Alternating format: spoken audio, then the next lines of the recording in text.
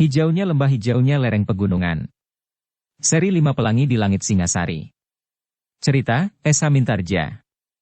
Audiobook, novel silat. Bab 166. Sementara itu Gemak Langkas pun berkata, seandainya kau mengakui kekalahanmu, maka aku tidak akan sampai hati menarik pedangku. Tetapi karena kau terlalu sombong dan merasa dirimu mampu mengimbangi ilmuku, maka aku terpaksa menunjukkan kepadamu kemampuan ilmu pedangku. Jika dengan demikian dadamu terkoyak dan jantungmu pecah, sama sekali bukan salahku.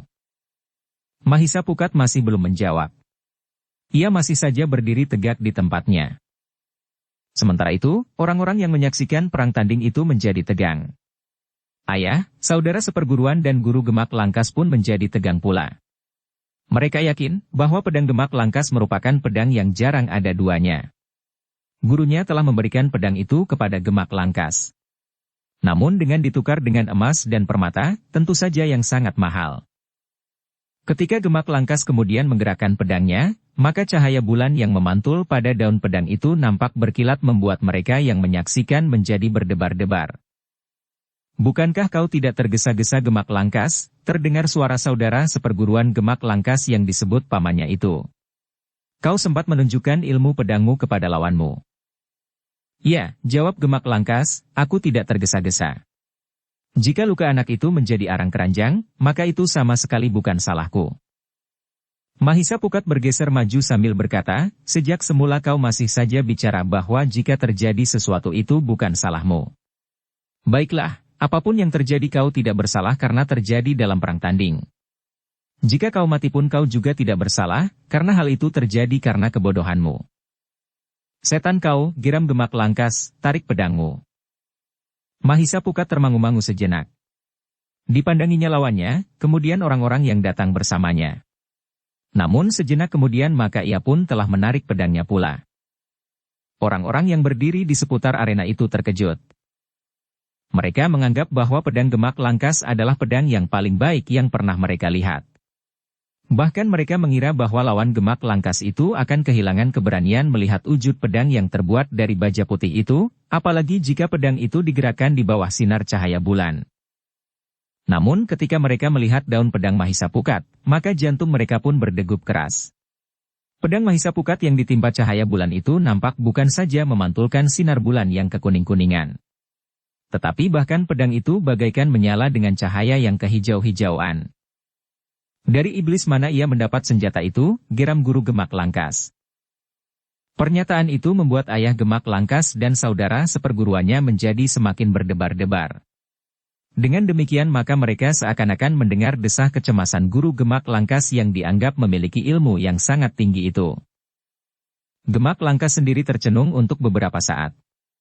Pedang Mahisa Pukat itu membuatnya berdebar-debar.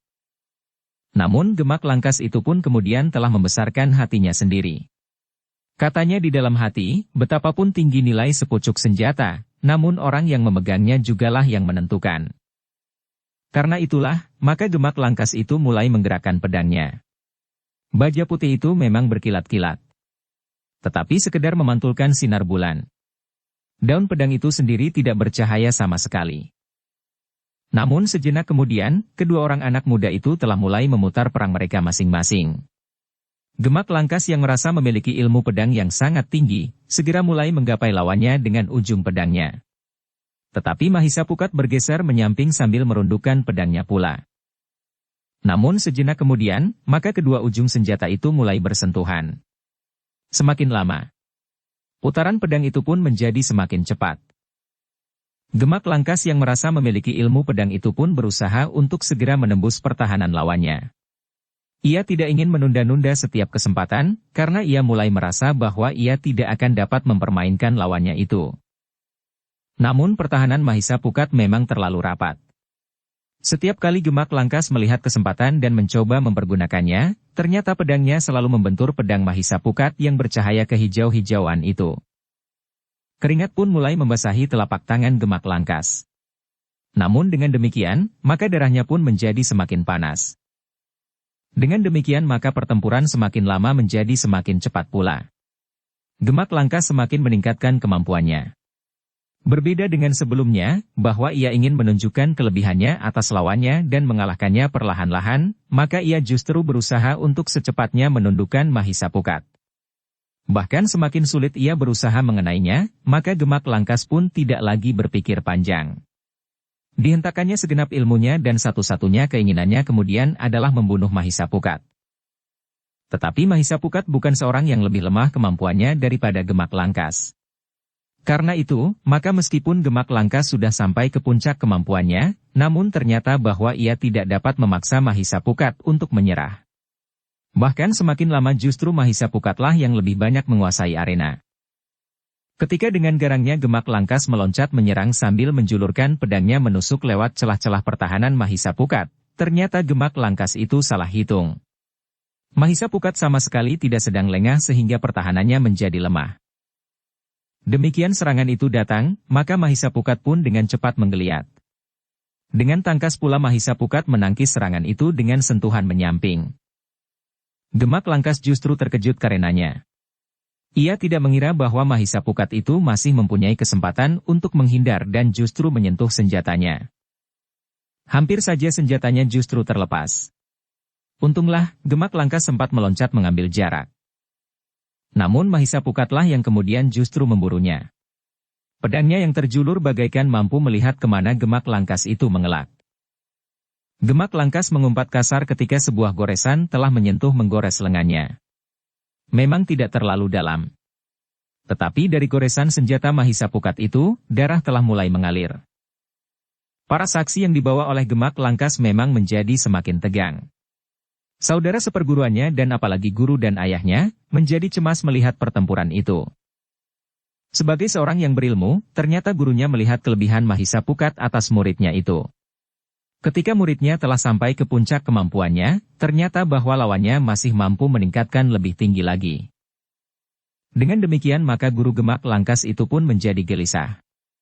Jika Gemak Langkas tidak memenangkan perang tanding itu, maka ayahnya akan menjadi sangat kecewa.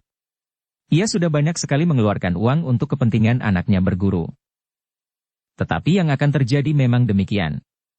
Gemak Langkas semakin lama memang menjadi semakin terdesak. Bukan saja lengannya yang tergores luka. Tetapi kemudian pundaknya juga masih disentuh oleh ujung pedang Mahisapukat yang berwarna kehijauan itu. Pedang yang telah menggetarkan jantung lawannya. Semakin lama Gemak Langkas menjadi semakin menyadari betapa ia menjadi semakin sulit untuk mengimbangi lawannya. Kegelisahan para saksi yang dibawa Gemak Langkas pun menjadi semakin memuncak. Para prajurit muda termasuk Lembu Atak pun menjadi gelisah pula. Mereka ingin melihat Mahisapukat dikalahkan dan kemudian mereka pun akan dapat ikut melepaskan dendam mereka terhadap Mahisapukat. Tetapi mereka melihat bahwa yang terjadi justru sebaliknya. Gemak Langkas yang nampaknya meyakinkan itu ternyata tidak mampu mengimbangi kemampuan Mahisapukat. Semakin lama ia justru menjadi semakin terdesak sehingga segores luka telah menyilang di dadanya. Mahisapukat yang telah dapat menilai kemampuan lawannya justru menjadi semakin tenang. Ia tidak lagi berniat untuk berbuat lebih daripada menghentikan perlawanan Gemak Langkas dan meyakinkan kepada para saksi bahwa ia telah memenangkan perang tanding itu. Meskipun Gemak Langkas telah mengancam akan membunuhnya, namun tidak terlintas niat Mahisapukat untuk melakukannya. Mahendra dan Arya Kuda Cemani menarik nafas dalam-dalam. Mereka pun sudah mendapatkan satu keyakinan bahwa Mahisapukat akan berhasil memenangkan perang tanding itu. Namun guru Gemak Langkaslah yang jantungnya menjadi bagaikan membara. Ia merasa dipermalukan oleh Mahisapukat di hadapan ayah Gemak Langkas yang telah banyak memberinya uang dan benda-benda berharga. Apalagi setiap kali ayah Gemak Langkas itu selalu berpaling kepadanya, seakan-akan menuntut atas kegagalan anaknya dalam perang tanding itu. Karena itu bayangan kekalahan Gemak Langkas yang menjadi semakin jelas itu telah menggelitik gurunya untuk berbuat sesuatu meskipun ia tahu bahwa hal itu tidak akan memberikan kepuasan sepenuhnya kepada ayah Gemak Langkas. Sekilas ia memandang Mahendra dan Arya Kuda Cemani. Guru Gemak Langkas itu belum tahu tataran kemampuan mereka. Namun keduanya bukan orang yang namanya melejit di antara orang-orang yang disegani di Singasari. Apalagi di antara para saksi itu hadir pula prajurit-prajurit muda dan seorang muridnya yang lain yang akan dapat mencegah mereka mencampuri persoalannya dengan Mahisapukat. Karena itu sebelum Gemak Langkas mengalami nasib yang lebih buruk, maka ia pun berkata lantang, Gemak Langkas. Anak itu mempunyai ilmu iblis. Minggirlah. Aku akan menghancurkan ilmu iblisnya. Baru kemudian, kau lawan anak itu bertempur dengan jujur, lalu katanya kepada para saksi yang lain, tahanlah jika ada di antara kedua orang saksi yang dibawa anak itu akan berbuat curang. Tetapi ayah Gemak Langkas itu menggamitnya dan berkata, seorang di antara kedua orang saksi itu adalah Arya Kuda Cemani yang memiliki aji panglimunan. Guru Gemak Langkas itu mengerutkan keningnya. Namun ternyata ketajaman telinga Mahendra sempat mendengarnya meskipun tidak terlalu keras. Karena itu, maka katanya, apakah orang-orang tua akan ikut dalam permainan ini? Tetapi tiba-tiba saja Mahisa Pukat berkata lantang, aku tantang kau untuk menggantikan Gemak Langkas. Siapakah kau? Benar kau gurunya? Guru Gemak Langkas itu menggeram. Sementara Mahendra berkata, jika ia menginginkan orang-orang tua ikut bermain, maka biarlah yang tua yang melayaninya. Tetapi Mahisa Pukat menggeleng sambil berkata, tidak ayah. Biarlah aku menantangnya untuk berperang tanding. Biarlah mereka melihat bahwa bukan hanya muridnya, tetapi gurunya. Aku akan memasuki arena, berkata Guru Gemak Langkas, siapapun lawanku. Arya Kuda Cemani tertawa. Katanya, baiklah jika Mahisa Pukat ingin mencoba kemampuan Guru Gemak Langkas itu. Tetapi ingat, bahwa kami masih tetap berdiri di sini. Guru Gemak Langkas itu menggeram. Ia mengerti maksud Arya Kuda Cemani, bahwa ia pun akan dapat berbuat sesuatu jika diperlukan. Namun Guru Gemak Langkas itu sudah tidak dapat merubah niatnya lagi, karena Mahisa Pukat sudah menantangnya langsung. Karena itu, ia tidak lagi berpikir panjang. Jika ia sudah dapat menyelesaikan Mahisa Pukat, maka bersama-sama dengan mereka yang hadir di tempat itu, mereka akan dapat menguasai kedua orang tua yang datang bersama Mahisa Pukat itu. Namun Mahendra pun menjadi berdebar-debar juga. Ia memang meyakini kemampuan anaknya. Tetapi ia belum tahu tataran kemampuan Guru Gemak Langkas itu. Tetapi Mahendra pun tidak dapat berbuat apa-apa lagi. Gemak Langkas yang telah terluka di beberapa bagian dari tubuhnya itu telah bergeser menepi ketika gurunya kemudian hadir di arena perang tanding itu. Mahisa Pukat yang menghadapi Guru Gemak Langkas itu pun menjadi semakin berhati-hati. Namun sedikit banyak ia sudah dapat mengenal unsur-unsur gerak dari ilmu yang telah diwarisi darinya oleh Gemak Langkas. Ternyata Guru Gemak Langkas itu tidak mau membuang banyak waktu. Ia ingin menunjukkan kelebihannya terutama kepada ayah Gemak Langkas yang telah memberinya banyak sekali uang dan barang-barang berharga sebagai upahnya melatih Gemak Langkas dalam olah kanuragan, karena ayah Gemak Langkas itu ingin sekali anaknya memiliki ilmu yang tinggi. Karena itu, maka dengan serta-merta ia pun telah menarik senjatanya pula. Juga sebilah pedang. Pedang yang tidak dapat terpisah dari dirinya. Pedang yang mirip dengan pedang yang telah diberikannya kepada Gemak Langkas. Tanpa banyak berbicara lagi, maka Guru Gemak Langkas itu pun segera menyerang Mahisa Pukat. Namun Mahisa Pukat telah bersiap menghadapinya. Tetapi Mahisa Pukat masih juga terkejut mendapat serangan Guru Gemak Langkas. Ternyata serangannya datang cepat sekali. Senjatanya yang berputar, tiba-tiba terjulur mematuk ke arah jantungnya. Mahisa Pukat pun menggeliat menghindari serangan itu. Namun serangan yang datang demikian cepatnya itu, ternyata tidak dapat dihindarinya sepenuhnya. Meskipun ujung pedang itu tidak menyentuh dadanya, namun ujungnya telah tergores di pundak Mahisa Pukat. Memang hanya segores kecil. Namun keringat Mahisa Pukat membuat lukanya itu menjadi pedih. Dengan loncatan panjang Mahisa Pukat mengambil jarak. Ketika lawannya itu memburunya, maka Mahisa Pukat pun dengan cepat meloncat lagi menjauh. Namun tidak untuk ketiga kalinya. Demikian lawannya meloncat memburunya, Mahisa Pukat justru bergeser setapak saja. Namun pedangnya terayun deras sekali membentur senjata lawannya. Lawannya lah yang kemudian terkejut telapak tangannya menjadi pedih. Namun pedangnya tidak terlepas dari tangannya itu. Tetapi untuk selanjutnya Mahisa Pukat yang telah tergores pundaknya itu tidak membiarkan dirinya menjadi sasaran serangan lawannya. Kesempatan berikutnya dipergunakan sebaik-baiknya. Pedangnya lah yang terjulur menyerang ke arah dada lawannya. Tetapi dengan tangkas lawannya menggeliat. Kemudian pedangnya berputar cepat sekali. Serangan mendatar telah terayun deras sekali mengarah ke leher Mahisa Pukat. Namun dengan cepat pula Mahisa Pukat merendah, sehingga pedang lawannya itu terbang di atas kepalanya. Pada saat yang bersamaan, sambil berjongkok pada satu kakinya pedang Mahisa Pukat terjulur. Hampir saja pedangnya mampu menusuk bagian bawah ketiak lawannya, tetapi ternyata lawannya dengan tangkas meloncat menghindar. Mahisa Pukat melenting dengan kecepatan yang sangat tinggi.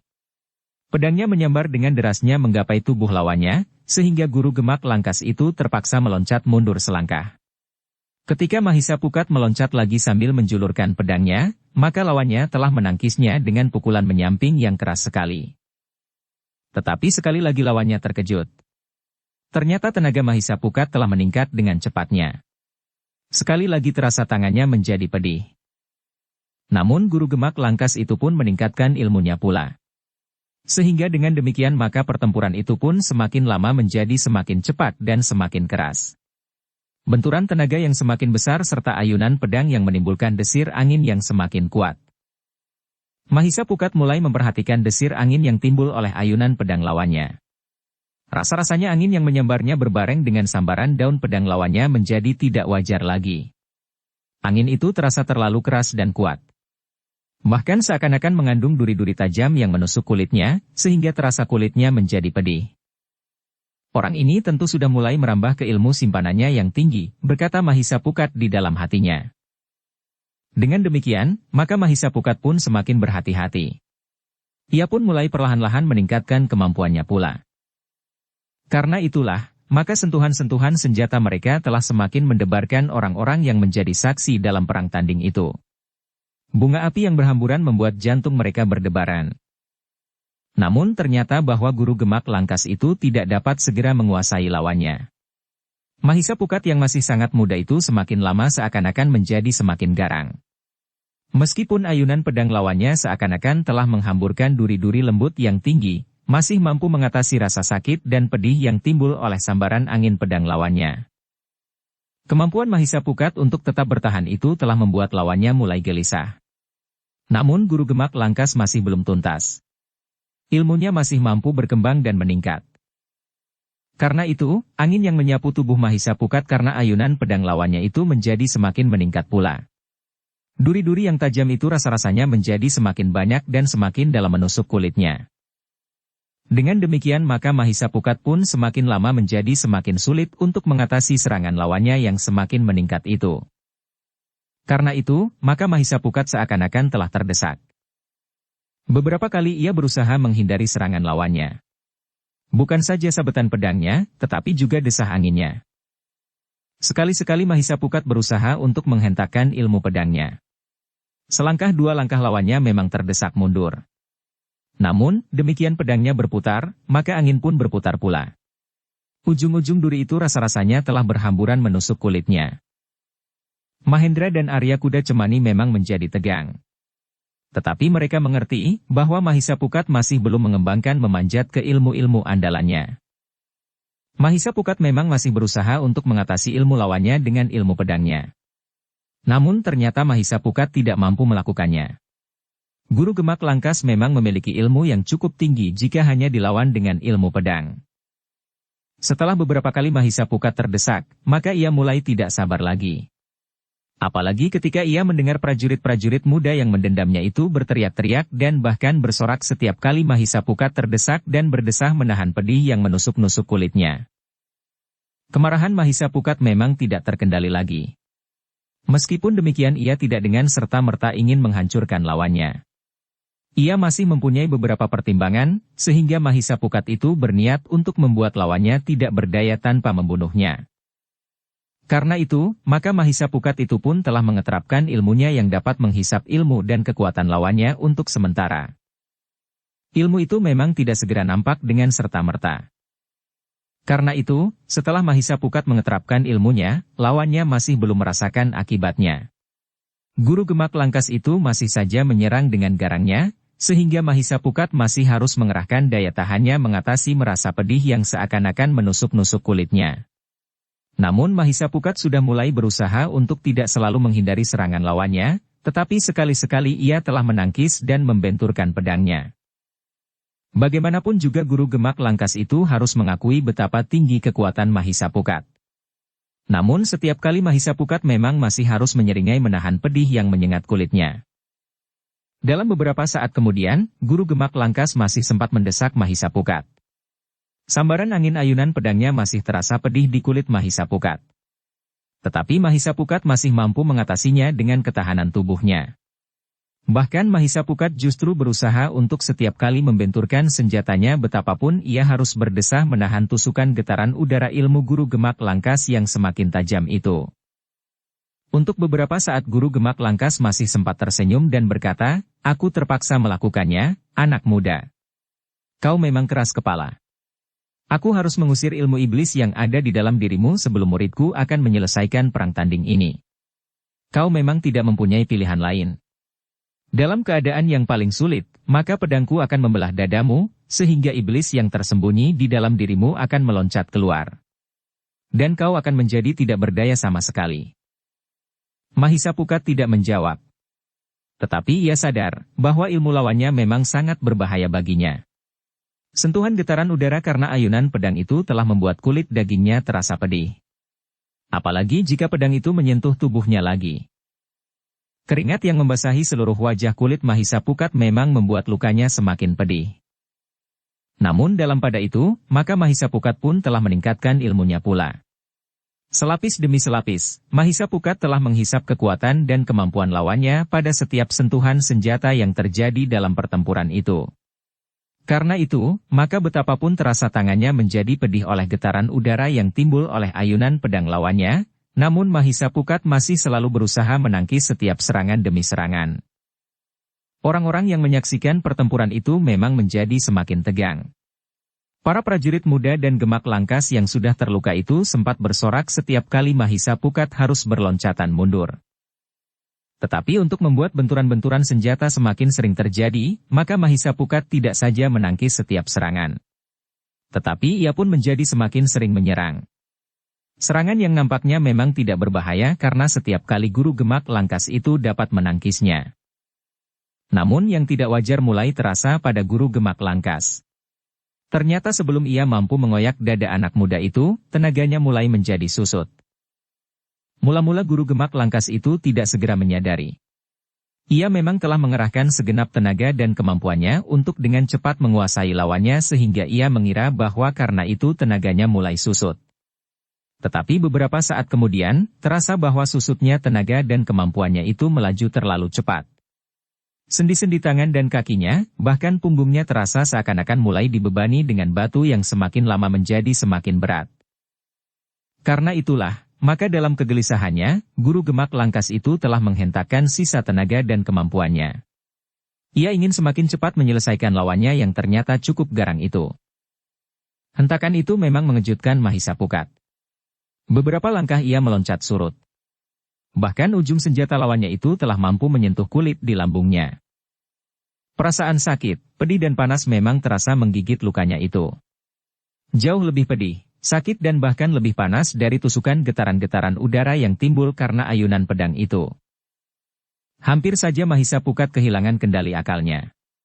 Kemarahannya hampir saja menghentakkan niatnya untuk menghancurkan lawannya sama sekali. Namun niat itu pun diurungkannya.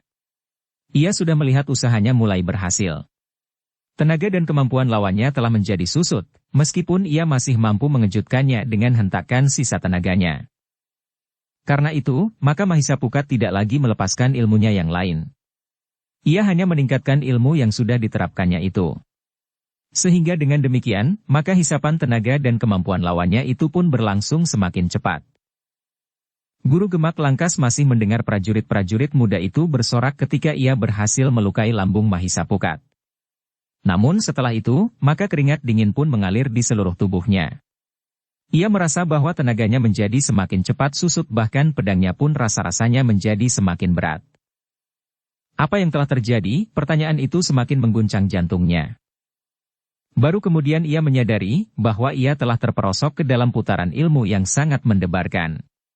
Ilmu yang mampu menghisap tenaga dan kemampuan lawannya. Namun semuanya sudah terlambat. Mahisa Pukat yang terluka itu justru menyerangnya seperti hembusan badai. Pedangnya berputar bagaikan angin pusaran. Sentuhan demi sentuhan telah terjadi. Beberapa kali Guru Gemak Langkas memang berusaha menghindar. Tetapi serangan Mahisa Pukat datang begitu cepatnya sehingga kadang-kadang dengan terpaksa Guru Gemak Langkas itu harus melindungi dirinya dengan pedangnya. Dan setiap sentuhan berarti bahwa tenaganya menjadi semakin susut. Guru Gemak Langkas itu menjadi semakin gelisah. Tetapi yang terjadi telah terjadi. Tenaga, ilmu dan kemampuannya telah terhisap semakin dalam. Tidak ada cara untuk menarik surut waktu. Guru Gemak Langkas itu hanya dapat menyesali kelengahannya. Kenapa ia tidak sejak semula menduga bahwa ilmu yang jarang ada duanya itulah yang dipergunakan oleh anak muda itu? Memang sama sekali tidak terpikirkan sebelumnya, bahwa Mahisa Pukat yang masih muda itu memiliki ilmu yang sangat rumit. Namun ilmu itu sudah diterapkan dan tenaga serta kemampuannya telah terhisap hampir habis. Gemak Langkas, saudara seperguruannya dan ayahnya menjadi sangat tegang melihat keadaan Guru Gemak Langkas itu.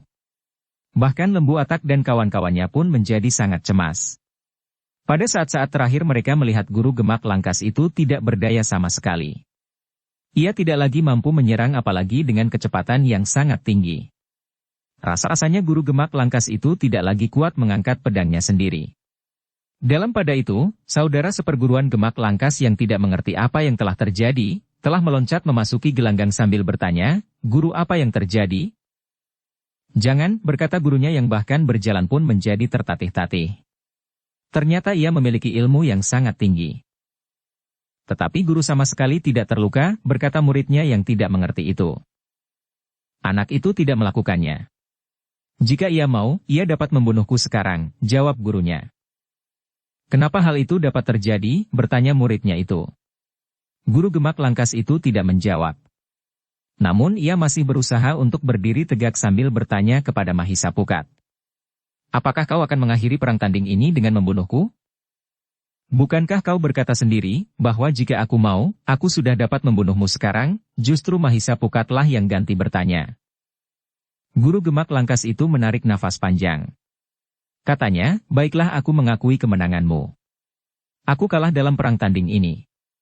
Kau dapat melakukan apa saja sekehendak hatimu atasku. Aku hanya ingin pengakuanmu, bahwa kau menyerah," desis Mahisa Pukat. Ternyata tidak seperti yang diduga sebelumnya, bahwa orang itu akan mengeraskan hatinya dan menjunjung harga dirinya sehingga tidak mau mengakui keadaannya, apapun yang terjadi. Namun orang itu ternyata kemudian menjawab, "Ya. Aku menyerah. Aku tidak dapat berkata lain, karena keadaanku." Guru Gemak Langkas dan saudara seperguruannya yang disebut pamannya itu hampir bersama-sama berdesis. "Memang inilah yang terjadi," jawab gurunya. Saudara seperguruan Gemak Langkas itu pun kemudian berkata, "Kita datang bersama banyak orang. Aku tidak peduli apakah akan terjadi perang tanding atau tidak. Tetapi guru jangan menyerah. Kita akan bersama-sama bertempur melawan anak itu." "Tidak ada gunanya," jawab gurunya, "jangan hanya kalian yang ada di sini. Saudara-saudaramu yang lain kau bawa kemari, tidak akan ada gunanya." "Tetapi kami tidak dapat mengorbankan nama guru begitu saja," berkata saudara seperguruan Gemak Langkas itu. "Kau lihat ayah anak muda itu serta Arya Kuda Cemani?" bertanya gurunya. Saudara seperguruan Gemak Langkas itu termangu-mangu sejenak. Namun ia pun menarik nafas dalam-dalam sambil berdesis, "Apakah kita menerima kegagalan ini?" "Ya," jawab gurunya. Ayah Gemak Langkas hanya dapat menggeram. Ia tidak tahu apa yang harus dilakukan. Ia benar-benar menjadi kecewa terhadap Guru Gemak Langkas itu. Ia datang ke tempat itu untuk melihat betapa tinggi ilmu yang telah diwarisi oleh anaknya. Namun ternyata bahwa anaknya tidak berdaya. Bahkan gurunya pun tidak mampu melawan anak muda yang bernama Mahisa Pukat itu. Dalam pada itu, maka Mahisa Pukat pun kemudian berkata dengan nada berat, "Baiklah. Aku tidak ingin membuat persoalan ini berkepanjangan. Jika kau sudah menyerah, maka aku dan saksi-saksi yang datang bersamaku akan segera meninggalkan tempat ini sekarang. Kecuali jika masih ada persoalan lain yang ingin kalian tumbuhkan di sini." "Tidak," jawab Guru Gemak Langkas itu dengan serta-merta. Mahisa Pukat pun menarik nafas dalam-dalam. Kemudian ia pun melangkah mendekati ayah dan Arya Kuda Cemani sambil berkata, "Agaknya persoalannya sudah selesai sampai di sini." Kedua orang tua itu pun mengangguk. Mahendra pun kemudian berdesis, marilah. Kita kembali. Bertiga mereka meninggalkan tempat itu. Demikian mereka lepas dari sendang perbatang, maka Arya Kuda Cemani pun berkata, kau harus tetap berhati-hati Mahisa Pukat. Aku tidak yakin bahwa guru Gemak Langkas itu bersikap jujur. Ia hanya ingin menyelamatkan dirinya malam ini. Tetapi selanjutnya, kita masih harus tetap mencurigainya. Tetapi nampaknya guru Gemak Langkas itu berkata dengan sungguh-sungguh, desis Mahisa Pukat. Mudah-mudahan ia jujur, sahut Mahendra. Namun katanya kemudian, aku mempunyai pendapat yang sama dengan Raden Kudawareng. Mahisa Pukat mengangguk-angguk. Katanya, baiklah ayah. Aku akan berhati-hati. Memang masih banyak kemungkinan yang dapat mereka lakukan. Sambil melangkah menjauh, maka mereka masih saja berbincang tentang sikap guru Gemak Langkas. Demikian cepatnya ia mengakui kekalahannya setelah ia dengan licik memasuki arena perang tanding. Mahisa Pukat mengangguk-angguk. Ia pun kemudian sependapat bahwa yang dilakukan oleh guru Gemak Langkas itu adalah satu sikap yang jujur. Dalam pada itu, sepeninggal Mahisa Pukat dan dua orang yang datang bersamanya sebagai saksi, maka Gemak Langkas yang telah terluka itu bersama dengan saudara seperguruannya berusaha menolong gurunya yang menjadi kehilangan tenaganya.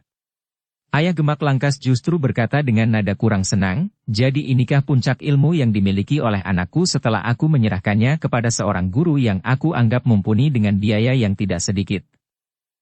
Guru Gemak Langkas itu menarik nafas dalam-dalam sambil berkata, jangankan Gemak Langkas. Aku pun dapat dibunuhnya. Anak itu memiliki ilmu yang sudah jarang ada duanya. Ilmu yang mampu menghisap tenaga dan ilmu lawannya. Tetapi kenapa kami tidak boleh berbuat sesuatu, berkata saudara seperguruan Gemak Langkas. Demikian cepatnya ia mengakui kekalahannya setelah ia dengan licik memasuki arena perang tanding. Tidak ada gunanya, jawab gurunya, seandainya kita memaksa diri, maka kita justru akan dibinasakan. Bukan saja oleh Mahisa Pukat, tetapi juga oleh kedua orang saksi yang menyertainya. Semula aku mengira bahwa aku dapat mengalahkan Mahisa Pukat, baru kemudian kita akan melawan kedua orang yang lain. Tetapi ternyata yang terjadi sama sekali berlainan. Dan dengan demikian, maka hancurlah nama kita, desis ayah Gemak Langkas. Tidak, jawab guru Gemak Langkas, aku tidak akan berhenti sampai di sini. Jika aku dengan serta-merta menyatakan diri menyerah, semata-mata hanya karena aku memang tidak melihat cara lain untuk membebaskan diri dari tangan anak muda itu malam ini. Setelah itu, bukankah hari masih panjang? Apa yang akan kita lakukan? Bertanya ayah Gemak Langkas. Bukan lagi sekedar persoalan antara Gemak Langkas dan Mahisa Pukat sebagai anak-anak muda, tetapi persoalannya sudah merambat jauh lebih luas. Jika aku mendendam, berarti seluruh perguruanku mendendamnya. Seisi padepokanku merasa tersinggung karenanya. Sehingga dengan demikian, maka yang akan berhadapan kemudian adalah seluruh padepokanku. Bukankah Mahisa Pukat juga berasal dari sebuah padepokan? Aku akan mencari keterangan tentang padepokannya, sehingga pada suatu saat aku akan menghancurkan padepokannya itu.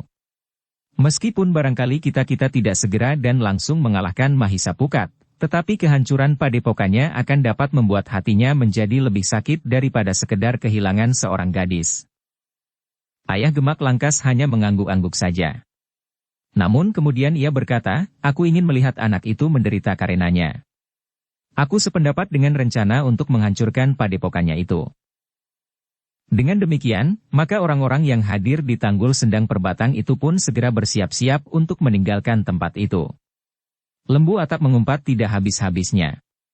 Ia ingin sekali melihat bagaimana Mahisa Pukat itu dihancurkan dan dihinakan oleh Gemak Langkas. Namun yang terjadi justru sebaliknya. Bahkan guru Gemak Langkas pun telah dikalahkannya pula di hadapan murid-muridnya. Dengan dibantu oleh muridnya, maka guru Gemak Langkas itu meninggalkan medan perang tanding yang menghancurkan namanya itu. Prajurit-prajurit muda yang datang ke tempat itu pun telah kembali pula menuju ke barak mereka. Sejenak kemudian Tanggul Sendang Perbatang itu menjadi sepi. Namun ternyata masih ada seorang yang berdiri di dalam kegelapan dalam pakaiannya yang hitam. Orang itu seakan-akan tidak dapat dilihat dengan mata wadak. Ternyata orang itu adalah Arya Kuda Cemani yang telah memisahkan diri dari Mahendra dan Mahisa Pukat. Untuk beberapa saat orang itu termangu-mangu. Ia mendengar sebagian dari pembicaraan guru Gemak Langkas dengan murid-muridnya. Meskipun tidak seluruhnya, tetapi Arya Kuda Cemani itu mengetahui bahwa guru Gemak Langkas memang tidak jujur. Arya Kuda Cemani itu pun mendengar serba sedikit persoalan yang diangkat menjadi persoalan antara dua buah padepokan. Sambil menarik nafas dalam-dalam, Arya Kuda Cemani itu berdesis, Mahisa Murtilah yang akan terancam. Sebaiknya Mahisa Murti mengetahui bahwa sebuah perguruan sedang mengamati perguruan Bajraseta. Arya Kuda Cemani itu memutuskan untuk memberitahukan hal itu kepada Mahendra agar Mahendra memberikan peringatan kepada Mahisa Murti di padepokan Bajraseta. Guru Gemak Langkas itu tentu tidak akan bekerja sendiri, berkata Arya Kuda Cemani kepada diri sendiri. Apalagi jika ayah Gemak Langkas ikut campur dengan kekayaannya. Maka perguruan Bajraseta akan dapat berhadapan dengan beberapa perguruan yang sebelumnya tidak dikenalnya. Di hari berikutnya, maka Arya Kuda Cemani itu pun telah menemui Mahendra di rumahnya. Dengan singkat diceritakannya, apa yang telah didengarnya dari orang-orang yang semalam berada di Sendang Perbatang. Mahendra menarik nafas dalam-dalam.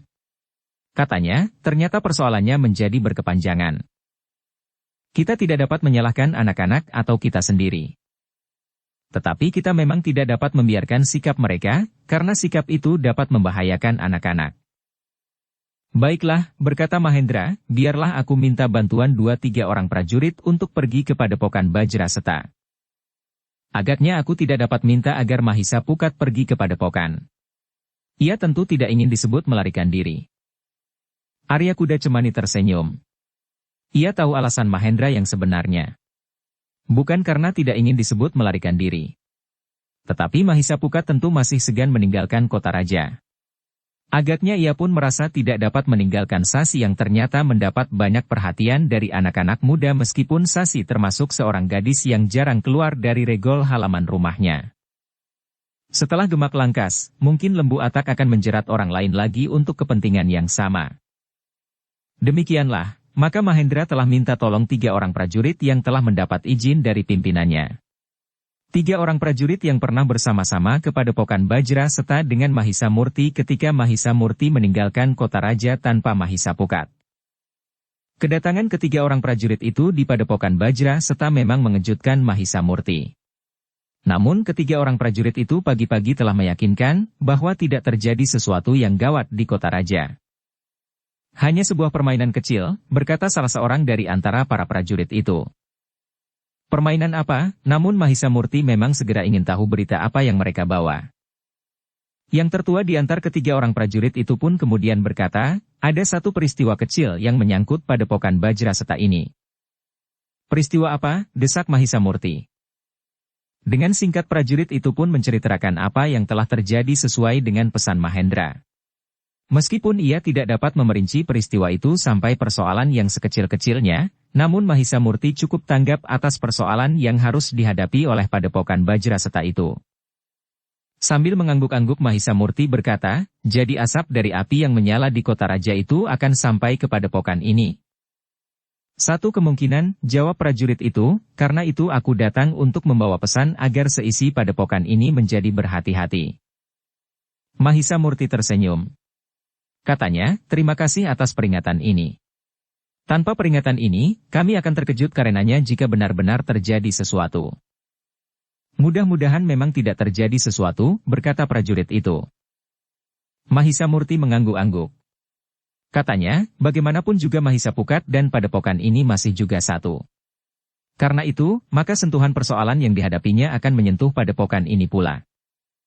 Demikianlah. Sejenak kemudian maka para prajurit itu pun telah dijamu oleh Mahisa Murti. Malam itu, para prajurit itu akan bermalam semalam di padepokan. Nampaknya mereka kerasan tinggal di padepokan yang mempunyai kesan yang tentram dan damai itu. Namun persoalan-persoalan yang terjadi di luar padepokan itu kadang-kadang telah mengguncangnya, sehingga wajah air yang bagaikan cermin itu pun menjadi beriak karenanya. Tetapi para prajurit itu sama sekali tidak mencemaskan keberadaan padepokan itu.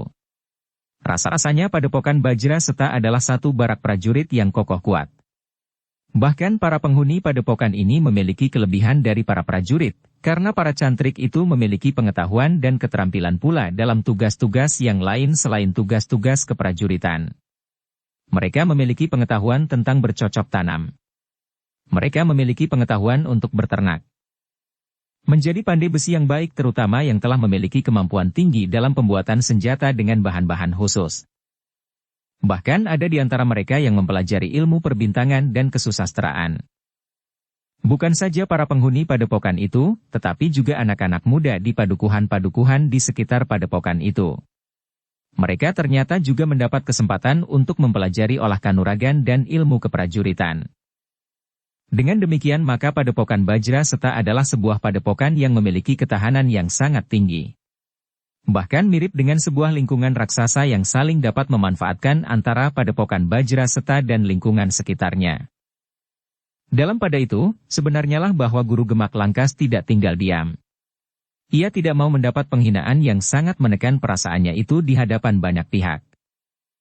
Karena itu, maka yang dilakukannya kemudian justru didorong oleh harga dirinya yang merasa direndahkan. Bersama Gemak Langkas yang kebetulan adalah saudara seperguruannya, mereka telah merencanakan untuk berbuat sesuatu.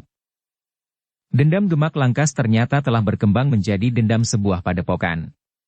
Bahkan Lembu Atak dan prajurit-prajurit muda yang membenci dan mendendam Mahisa Pukat itu pun telah ikut membakar nyala api dendam di dalam dada Gemak Langkas. Sebenarnya ayah Gemak Langkas telah memperingatkan anaknya, agar Gemak Langkas menghentikan usahanya untuk membalas sakit hatinya. Tetapi Gemak Langkas ternyata berkeras untuk bekerja bersama dengan gurunya mengarahkan dendam mereka kepada sebuah perguruan yang bernama Perguruan Bajraseta. Melihat kemampuan Mahisa Pukat, maka padepokan itu tentu sebuah padepokan yang memiliki kemampuan yang tinggi, berkata ayah Gemak Langkas. Tetapi apakah aku akan membiarkan namaku, nama guruku dan sudah tentu perguruanku dicemarkan, bertanya Gemak Langkas.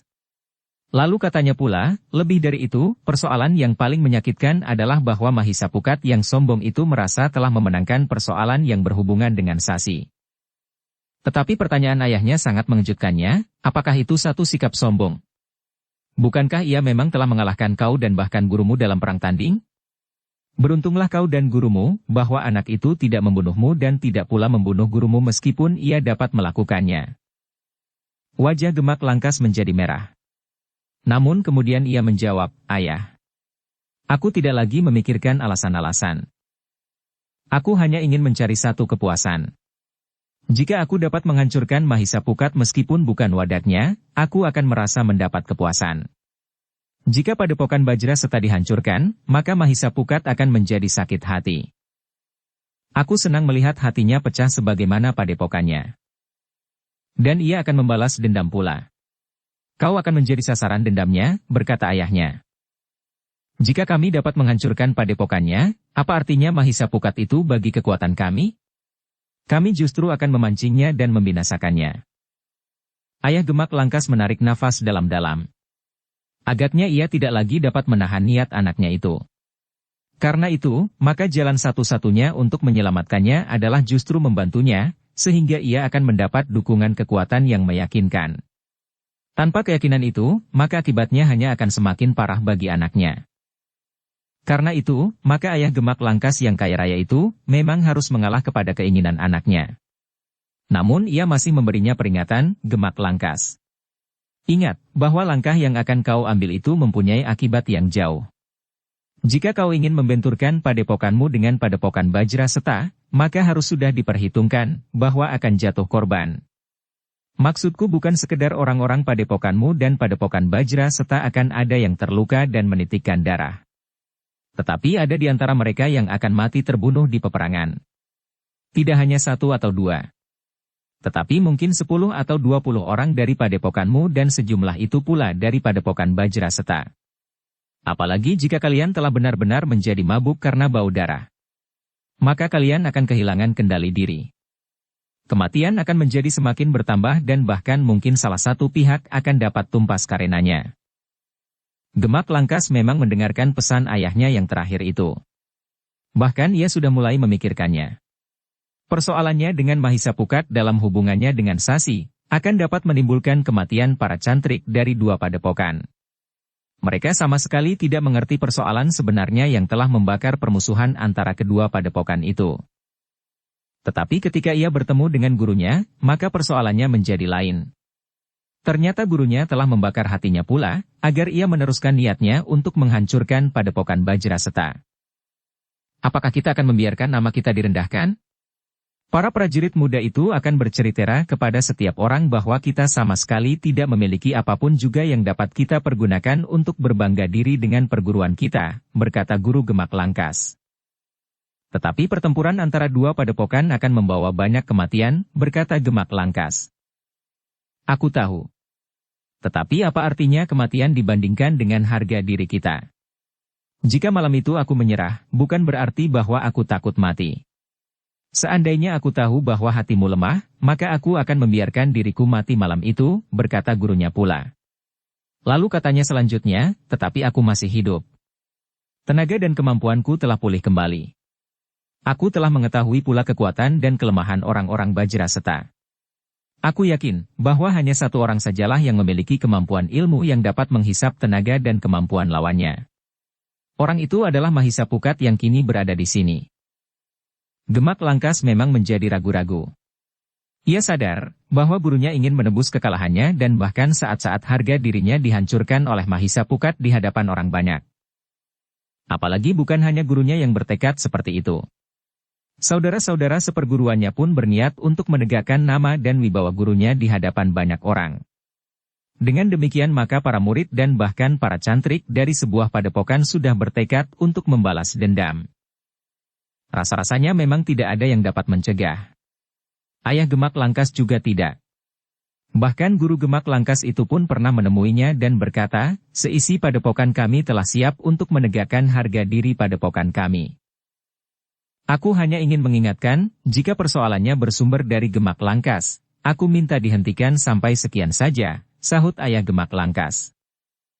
Tetapi persoalan itu telah berkembang, jawab guru Gemak Langkas. Lalu katanya pula, Mahisa Pukat telah menghina aku. Aku tidak tahu, apakah yang dilakukan oleh Mahisa Pukat itu harus dicela atau harus dipuji. Jika ia tidak membunuhmu, bukankah kau harus berterima kasih kepadanya? Aku tidak mau diperlakukan begitu, jawab guru Gemak Langkas. Tetapi kenapa kau menyerah, bertanya ayah Gemak Langkas. Aku ingin hidup untuk membalas dendam. Jika saat itu aku mati, maka untuk selamanya namaku akan tetap direndahkan orang, jawab guru Gemak Langkas. Dan keinginanmu terjadi. Kenapa kau merasa terhina, bertanya ayah Gemak Langkas. Kita harus menganggapnya sebagai satu penghinaan, jawab guru Gemak Langkas. Ayah Gemak Langkas merasa bahwa ia tidak lagi mampu mencegahnya lagi. Karena itu, maka segala sesuatunya diserahkannya kepada guru Gemak Langkas yang memiliki kekuatan yang cukup besar itu, meskipun mereka masih harus mengamati kekuatan padepokan Bajraseta. Demikianlah, guru Gemak Langkas yang di lingkungannya dipanggil Empu Damar benar-benar berniat untuk melakukan pembalasan terhadap Mahisa Pukat yang sasarannya ditujukan kepada padepokannya. Padepokan Bajraseta. Karena itulah maka seisi padepokan yang dipimpin oleh Empu Damar itu pun segera bersiap-siap. Gemak Langkas yang tidak tinggal di padepokan Ngancas, telah berada di padepokan itu pula. Biasanya justru gurunya atau orang terpercaya dari padepokan Ngancas itulah yang datang ke rumah Gemak Langkas.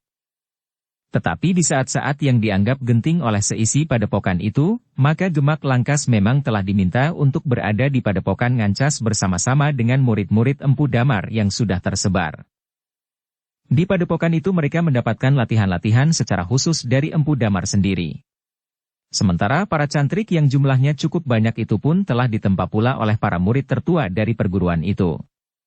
Bahkan 1-2 di antara murid-murid tertua itu telah membuat padepokan-padepokan pula terpencar di beberapa tempat yang berjarak cukup panjang. Merekalah yang akan menjadi pendukung kekuatan Empu Damar untuk menghadapi padepokan Bajraseta. Kita mempunyai beberapa padepokan, berkata Empu Damar, kita tentu akan dapat menggilas padepokan Bajraseta yang hanya sebuah padepokan itu saja. Tetapi Empu Damar juga tidak bertindak tergesa-gesa.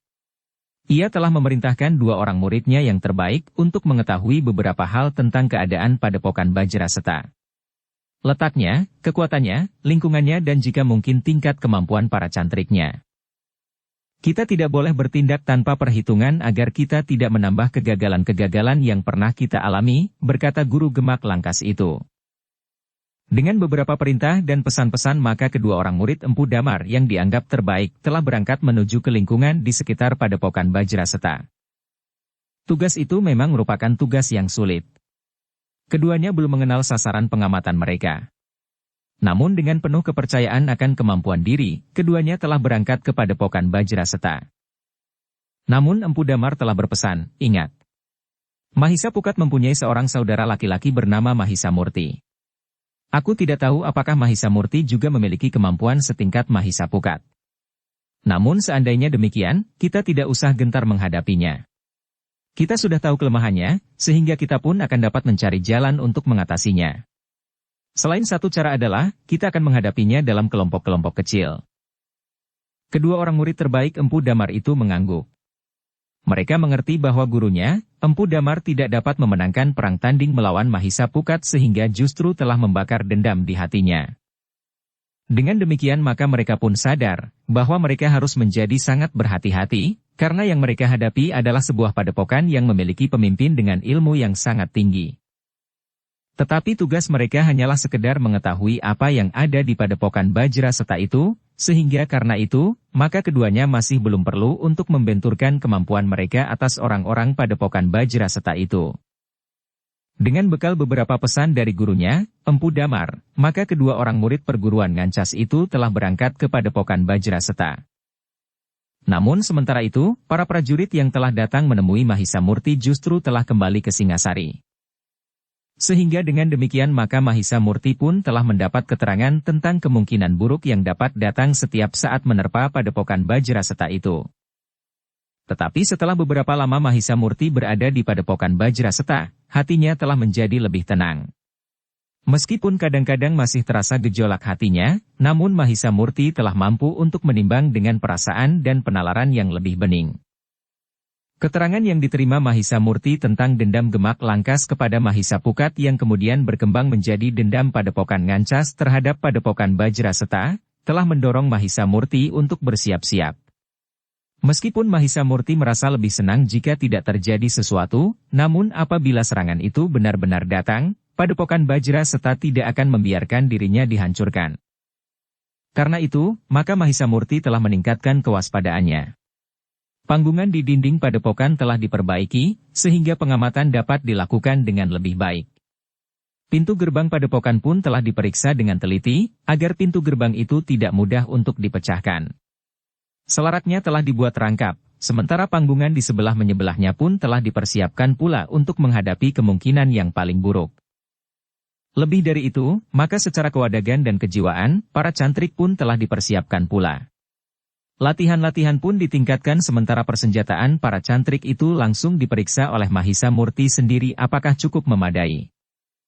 Mahisa Semu dan Mahisa Amping secara khusus telah bertanya kepada Mahisa Murti, apakah yang akan terjadi di padepokan itu. Kalian harus bersiap-siap dengan sungguh-sungguh, jawab Mahisa Murti. Lalu katanya, telah terjadi salah paham antara kakakmu Mahisa Pukat dengan seseorang yang kebetulan memimpin sebuah padepokan. Mereka mendendam kakakmu Mahisa Pukat. Namun mereka tidak dapat berbuat banyak di Singasari, karena para prajurit Singasari akan dapat turut campur. Karena itu, maka mereka, yang mendendam kakakmu Mahisa Pukat itu telah mengerling ke padepokan ini. Nampaknya padepokan ini akan menjadi sasaran dendam orang yang terlibat dalam kesalahpahaman dengan kakakmu Mahisa Pukat itu. Mahisa Semu dan Mahisa Pukat mengangguk-angguk. Namun bagi Mahisa Amping, persoalan yang dihadapi oleh Padepokan Bajraseta itu sulit untuk dimengerti. Bajraseta yang tidak tahu menahu tentang persoalan yang terjadi di Singasari, justru menjadi sasaran dendam sebuah padepokan. Namun tiba-tiba anak itu mengerutkan dahinya. Pandangan matanya jauh menyusup menembus ke kejauhan. Seakan-akan di luar sadarnya ia berkata, ya, kita memang harus bersiap. Mahisa Murti termangu-mangu sejenak. Namun kemudian ia pun bertanya, kenapa? Mereka agaknya memang akan datang, jawab Mahisa Amping.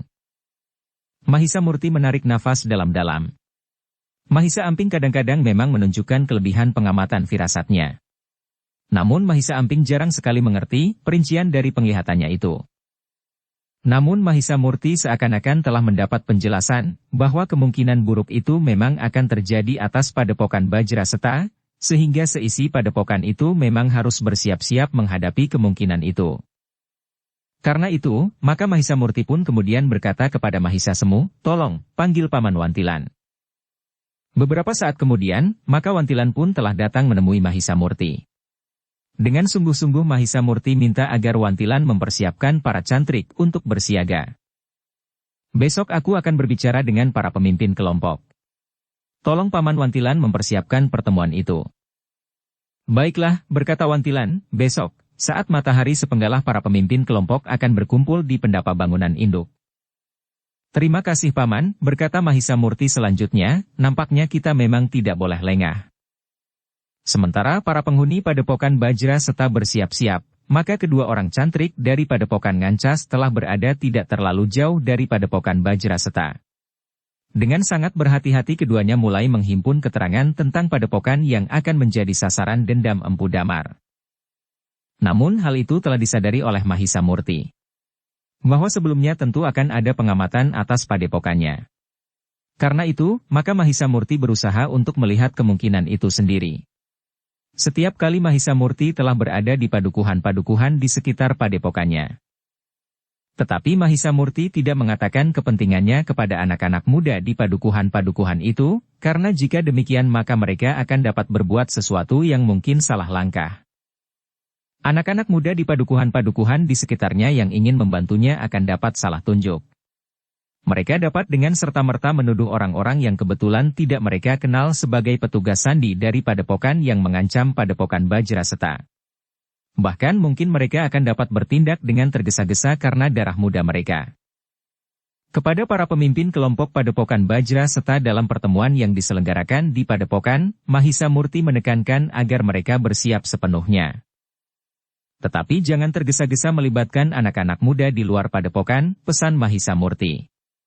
Mereka akan dapat bertindak terlalu jauh sebelum mereka memahami apa yang terjadi sepenuhnya. Sehingga langkah-langkah yang mereka ambil justru akan dapat merugikan persiapan kita.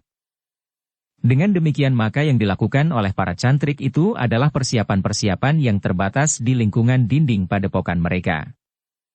Sementara itu, Mahisa Murti yang sering berada di luar padepokan kadang-kadang memang harus menjawab beberapa pertanyaan yang menyangkut keberadaannya di padukuhan-padukuhan itu, karena hal seperti itu jarang sekali dilakukannya.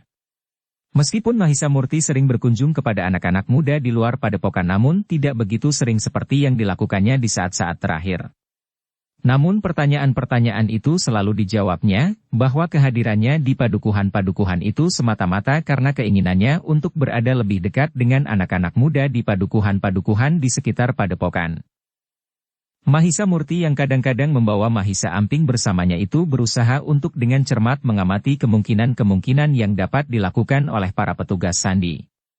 Sekali-sekali Mahisa Murti berada di kedai-kedai yang sebelumnya memang pernah dikunjungi. Bahkan Mahisa Murti menjadi lebih rajin berada di pasar. Duduk di antara pandai besi dan pedagang-pedagang gerabah. Namun untuk beberapa lama Mahisa Murti tidak melihat orang-orang yang pantas dicurigainya. Tetapi ketika pada suatu hari ia berada di sebuah kedai bersama Mahisa Amping, justru di kedai yang berada agak jauh dari padepokannya, serta kedai yang sebelumnya belum pernah dikunjunginya, ditemukannya sesuatu yang pantas diperhatikan. Ketika Mahisa Murti dan Mahisa Amping lewat di depan kedai itu, maka tiba-tiba saja Mahisa Amping menarik tangannya. Demikian Mahisa Murti berhenti, maka Mahisa Amping itu berdesis, "Kita singgah sebentar." Mahisa Murti mengerutkan keningnya. Sambil tersenyum ia bertanya, "Apakah kau sudah lapar atau haus? Bukankah hari masih pagi?" "Tidak," jawab Mahisa Amping, "aku tidak lapar dan tidak haus. Tetapi aku ingin singgah sebentar." Mahisa Murti melihat sesuatu di mata Mahisa Amping. Dahi anak itu berkerut. Bahkan kemudian tanpa menunggu Mahisa Murti, Mahisa Amping telah melangkah masuk ke dalam kedai itu.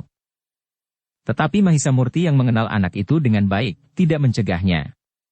Ia pun segera mengikutinya dan memasuki kedai itu pula. Pemilik kedai itu memang belum dikenalnya. Sebaliknya pemilik kedai itu pun juga belum mengenalnya.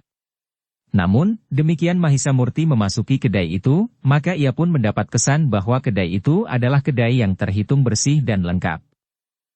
Beberapa tempat duduk memang telah terisi. Di sebuah amben panjang beberapa orang anak muda sedang menghirup minuman panas sambil berkelakar. Sedangkan di sudut kedai itu duduk dua orang yang lebih banyak diam dan mengamati keadaan. Mahisa Amping yang mendahului masuk ke kedai itu langsung mencari tempat duduk, tidak jauh dari kedua orang yang telah berada di dalam kedai itu. Mahisa Murti hanya mengikutinya saja. Ia tahu bahwa anak itu melangkah sesuai dengan tuntutan firasatnya. Sehingga karena itu, maka Mahisa Murti menduga bahwa ada sesuatu yang dikenali oleh firasat Mahisa Amping, namun belum diketahuinya dengan pasti. Beberapa saat kemudian, setelah keduanya duduk, maka keduanya telah memesan minuman yang digemari oleh Mahisa Amping. Wedang serai dengan gula aren.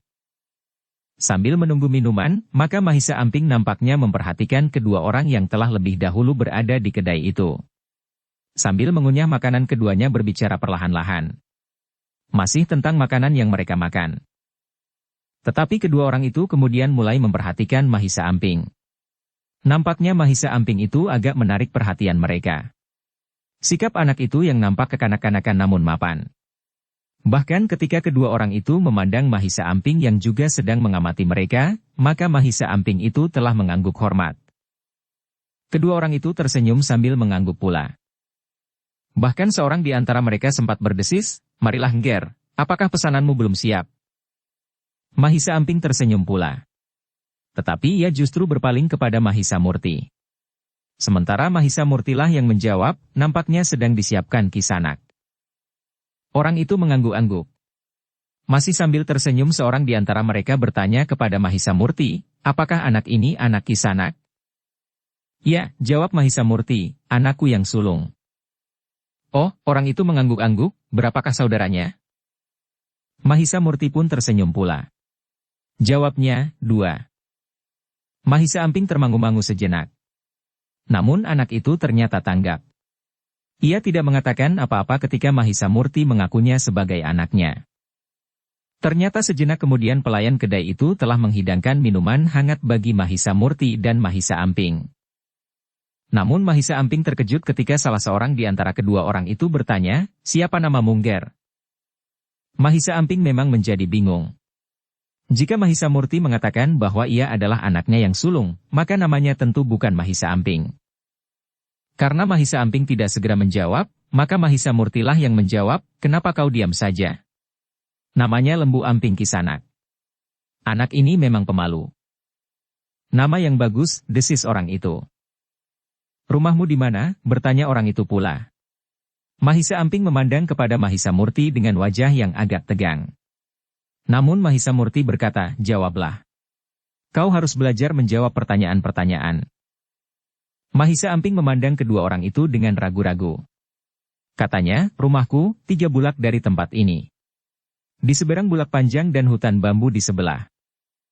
Oh, orang itu mengangguk-angguk. Tetapi seorang yang lain bertanya lagi, "Hutan bambu ngerak yang kau maksud?" "Ya," Mahisa Amping mengangguk ragu. "Sudah dekat dengan padepokan Bajraseta," desak orang itu pula. Namun Mahisa Murtilah yang menjawab, "Masih berjarak beberapa bulak lagi Kisanak. Kami tinggal di padukuhan Ngerak itu." Padukuhan yang menjadi kepanjangan hutan bambu meskipun diantarai oleh sebuah padang perdu dan padang rumput. Mahisa Murti berhenti sejenak. Lalu ia pun bertanya pula, "Tetapi apakah Kisanak sudah pernah pergi ke Ngerak?" Orang itu tersenyum sambil mengangguk, "Ya. Tetapi hanya sekedar lewat saja." "Kami persilahkan Kisanak singgah," berkata Mahisa Murti kemudian. "Terima kasih, Kisanak," jawab orang itu. Mahisa Murti yang kemudian sibuk meniup minuman panasnya agar cepat menjadi dingin tidak bertanya lagi. Kedua orang itu pun terdiam pula untuk beberapa saat. Untuk beberapa lamanya, Mahisa Murti dan Mahisa Amping duduk di kedai itu. Mereka minum dan makan beberapa potong makanan kecil. Namun sekejap-sekejap Mahisa Murti sempat memandangi kedua orang yang belum dikenalnya sebelumnya itu. Beberapa saat kemudian, maka Mahisa Murti dan Mahisa Amping merasa bahwa mereka telah cukup lama duduk di kedai itu. Sementara itu kedua orang yang telah lebih dahulu berada di kedai itu masih saja duduk sambil sekali-sekali menghirup minumannya. Namun Mahisa Murti dan Mahisa Amping terkejut ketika mereka akan membayar harga minuman dan makanan yang telah mereka makan. Salah seorang dari kedua orang itu berkata, "Sudahlah Kisanak. Biarlah kami yang membayarnya. Ah, sahut Mahisamurti, terima kasih. Biarlah kami memenuhi kewajiban kami. Jangan, orang itu mencegahnya. Bahkan katanya, sering-seringlah datang kemari. Aku sering pula berada di kedai ini. Ketika Mahisamurti berniat tetap akan membayar harga minuman dan makanannya, orang itu juga tetap mencegahnya. Katanya, Kisanak, jangan menolak. Bukan apa-apa. Aku senang melihat anak Kisanak ini. Mahisamurti memang tidak dapat memaksanya. Orang itu akan dapat tersinggung karenanya. Namun di samping itu, Mahisamurti memang menaruh perhatian cukup besar terhadap orang itu. Karena itu, maka Mahisamurti pun kemudian berkata, jika demikian, kami mengucapkan banyak terima kasih Kisanak, kami akan sering datang ke kedai ini. Baiklah, berkata orang itu, pada suatu saat aku akan singgah ke rumah Kisanak. Silahkan Kisanak. Silahkan. Kami akan senang sekali menerima kunjungan Kisanak, jawab Mahisamurti. Demikianlah keduanya pun kemudian telah meninggalkan kedai itu. Mahisamurti mulai merasakan bahwa firasat Mahisa Amping telah membawanya bertemu dengan orang-orang yang menarik perhatian. Namun dalam pada itu, Mahisa Amping pun bertanya, Kakang membuat aku bingung. Tetapi kau sudah berbuat sebaik-baiknya, jawab Mahisamurti. Tetapi apakah kita akan menemuinya lagi, bertanya Mahisa Amping. Ya. Aku berniat bertemu dengan orang-orang itu lagi, jawab Mahisamurti. Tetapi bagaimana jika mereka benar-benar akan singgah di rumah yang Kakang sebutkan itu, bertanya Mahisa Amping. Mahisamurti tersenyum. Katanya, bukankah kita mempunyai banyak sahabat di Padukuhan Nerak? Kita akan mengaku salah seorang dari mereka keluarga kita atau kita memang akan membuat rumah di Ngerak, bertanya Mahisa Amping.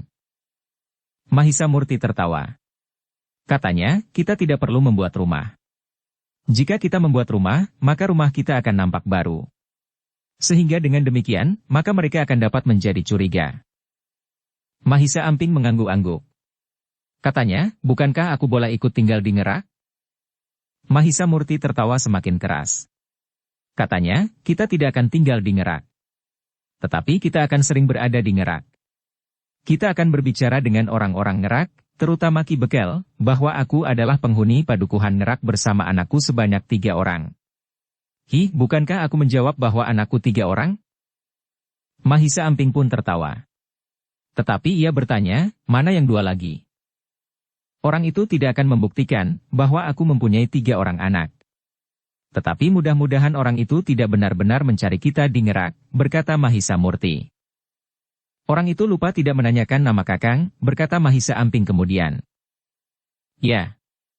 Mungkin mereka sengaja agar tidak terlalu menarik perhatian. Seakan-akan mereka tidak mempedulikan kita, jawab Mahisamurti. Tetapi apakah mereka mempedulikan kita, bertanya Mahisa Amping pula. Ya. Dalam hubungannya dengan Padepokan Bajraseta. Agaknya orang itu menaruh perhatian atas Padepokan Bajraseta. Mahisa Amping mengangguk-angguk. Namun ia tidak bertanya lebih jauh. Demikianlah maka keduanya berjalan semakin jauh dari kedai yang baru pertama kali itu mereka datangi. Namun mereka berdua ternyata tidak langsung kembali ke Padepokan. Mereka ternyata telah pergi ke Padukuhan Ngerak untuk bertemu dengan Ki Bekel. Ketika Mahisamurti menyatakan dirinya untuk disebut orang Ngerak, maka Ki Bekel pun menjadi heran. Namun dalam pada itu, Mahisamurti pun berpesan. Kepada Ki Bekel yang sudah dikenal dengan baik oleh Mahisamurti itu pun mengatakan apa yang sebenarnya terjadi. Tetapi Mahisamurti minta agar Ki Bekel tidak menyatakan hal itu kepada orang-orang Ngerak. Kepada mereka Ki Bekel cukup mengatakan bahwa mereka harus menganggap aku orang Ngerak. Jika ada orang asing yang bertanya tentang aku, maka mereka harus menjawab bahwa aku tinggal di Ngerak.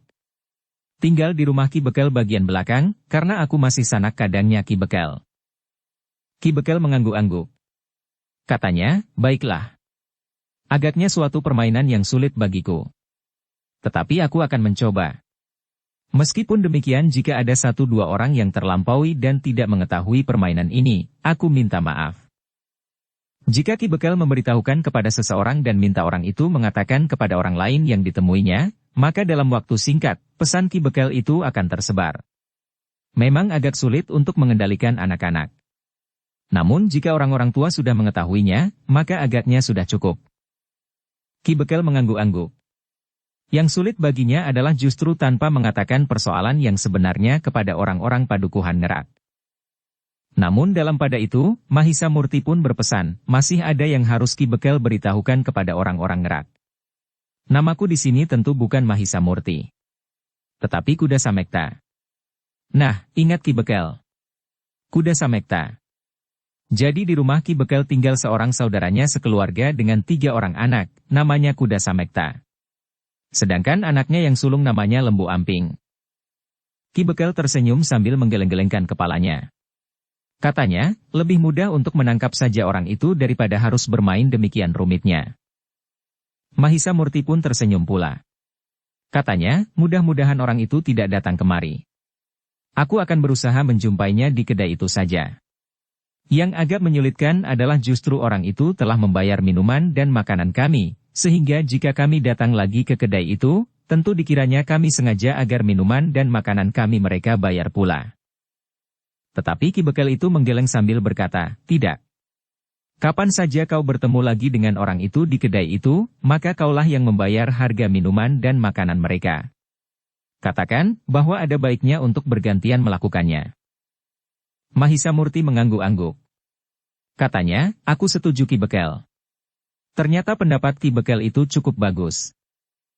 Seandainya mereka tidak mau, bertanya Mahisa Amping. Mahisa Murti menarik nafas dalam-dalam. Tetapi justru Ki Bekel yang menjawab, kebetulan. Biarlah mereka setiap kali membayar harga makanan dan minuman itu. Mahisa Murti dan Mahisa Amping pun tertawa. Namun dalam pada itu, Mahisa Murti pun menyadari bahwa tugas yang diserahkan kepada Ki Bekel itu memang cukup rumit. Demikianlah maka Mahisa Murti dan Mahisa Amping segera minta diri. Mahisa Murti berharap bahwa segala sesuatunya dapat berjalan dengan baik tanpa menimbulkan persoalan bagi orang-orang padukuhan Ngerak. Namun dengan demikian, maka hampir setiap hari Mahisa Murti dan Mahisa Amping telah pergi ke padukuhan Ngerak. Bahkan pada hari yang keempat, keduanya telah pergi ke kedai yang baru sekali mereka kunjungi itu. Tetapi di kedai itu Mahisa Murti dan Mahisa Amping tidak bertemu dengan kedua orang yang pernah membayar minuman dan makanan mereka. Kemarin mereka datang kemari, berkata pemilik kedai itu. Karena kedai itu sedang lengang, selain Mahisa Murti dan Mahisa Amping hanya ada 2 orang pembeli yang lain, maka pemilik kedai itu sempat berbicara agak panjang dengan Mahisa Murti dan Mahisa Amping. Agaknya mereka bukan orang di sekitar tempat ini, berkata pemilik kedai itu. Tetapi nampaknya mereka telah melihat-lihat daerah ini, sahut Mahisa Murti. Perhatiannya banyak tertuju kepada padepokan Bajra Seta, berkata pemilik kedai itu. Oh, Mahisa Murti mengangguk-angguk. Katanya, aku juga pernah melihat padepokan itu. Apakah anehnya, pemilik kedai itu justru bertanya, aku juga sering lewat di dekat padepokan itu.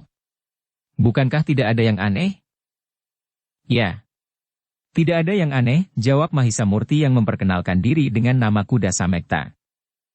Tetapi nampaknya kedua orang itu sangat memperhatikan padepokan Bajra Seta itu, berkata pemilik kedai itu pula. Lalu sambungnya, ia tertarik kepada bukan saja penghuninya, tetapi juga nama-nama pemimpinnya. Kemampuannya dan jumlah cantrik yang ada di padepokan itu. Untuk apa? Bertanya Mahisa Murti. Hanya ingin tahu, jawab pemilik kedai itu, ia mengaku tertarik setelah melihat padepokan itu dari dekat. Nampaknya sebuah padepokan yang besar dan kuat. Apakah Kisanak banyak mengetahui tentang padepokan Bajra Seta? Bertanya Mahisa Murti. Tidak, jawab pemilik kedai itu, letaknya pun tidak terlalu dekat dari sini. Aku telah menyarankan jika ingin mengetahui lebih banyak, sebaiknya ia datang saja ke padepokan itu dan bertemu dengan pimpinan padepokan Bajra Seta itu. Mahisa Murti mengangguk-angguk. Ia tidak bertanya terlalu banyak agar tidak menimbulkan kecurigaan. Namun keterangan itu sudah cukup baginya untuk mengambil kesimpulan, bahwa memang ada orang yang sedang menyelidiki padepokannya, yang tentu ada sangkut pautnya dengan keterangan yang diberikan oleh para prajurit yang khusus datang atas permintaan ayahnya. Namun yang mengejutkan Mahisa Murti adalah justru kehadiran seseorang yang tidak dikenal oleh para cantrik ke padepokan Bajra Seta. Siapa yang dicarinya? Bertanya Mahisa Murti. Pimpinan padepokan Bajra Seta, Mahisa Murti, jawab cantrik itu. Mahisa Murti merasa harus berhati-hati menanggapi kedatangan orang itu. Karena itu, maka katanya, aku sendiri akan menerimanya di regol halaman. Namun sekali lagi Mahisa Murti terkejut. Orang itu memang tidak menunjukkan wujud yang meyakinkan sebagai seorang yang memiliki kelebihan. Orang itu menurut wujudnya tidak lebih dari seorang petani kebanyakan yang berpakaian serba hitam. Raden Kudawereng, desis Mahisa Murti. Orang itu tersenyum. Katanya, kau masih mengenali aku dalam wujudku seperti ini, Ger? Tentu, jawab Mahisa Murti, dalam keadaan apapun aku akan dapat mengenali Arya Kuda Cemani. Apalagi dalam wujud apapun Raden selalu memakai pakaian yang serba hitam. Arya Kuda Cemani hanya tersenyum saja. Sementara itu Mahisa Murti pun mempersilahkannya memasuki padepokannya. Sebuah padepokan kecil, kotor dan miskin, berkata Mahisa Murti. Kau terlalu merendahkan diri, jawab Arya Kuda Cemani, padepokanmu adalah padepokan yang terhitung besar di telatah Singasari. Demikianlah Arya Kuda Cemani telah diterima dengan gembira oleh Mahisa Murti. Meskipun kehadirannya masih juga bagaikan menitikan air di atas lukanya sehingga terasa pedih, namun Mahisa Murti masih juga sempat menahan dirinya. Setelah dihidangkan minuman dan makanan, maka Arya Kuda Cemani pun mengatakan kepentingannya datang ke padepokan Bajraseta itu.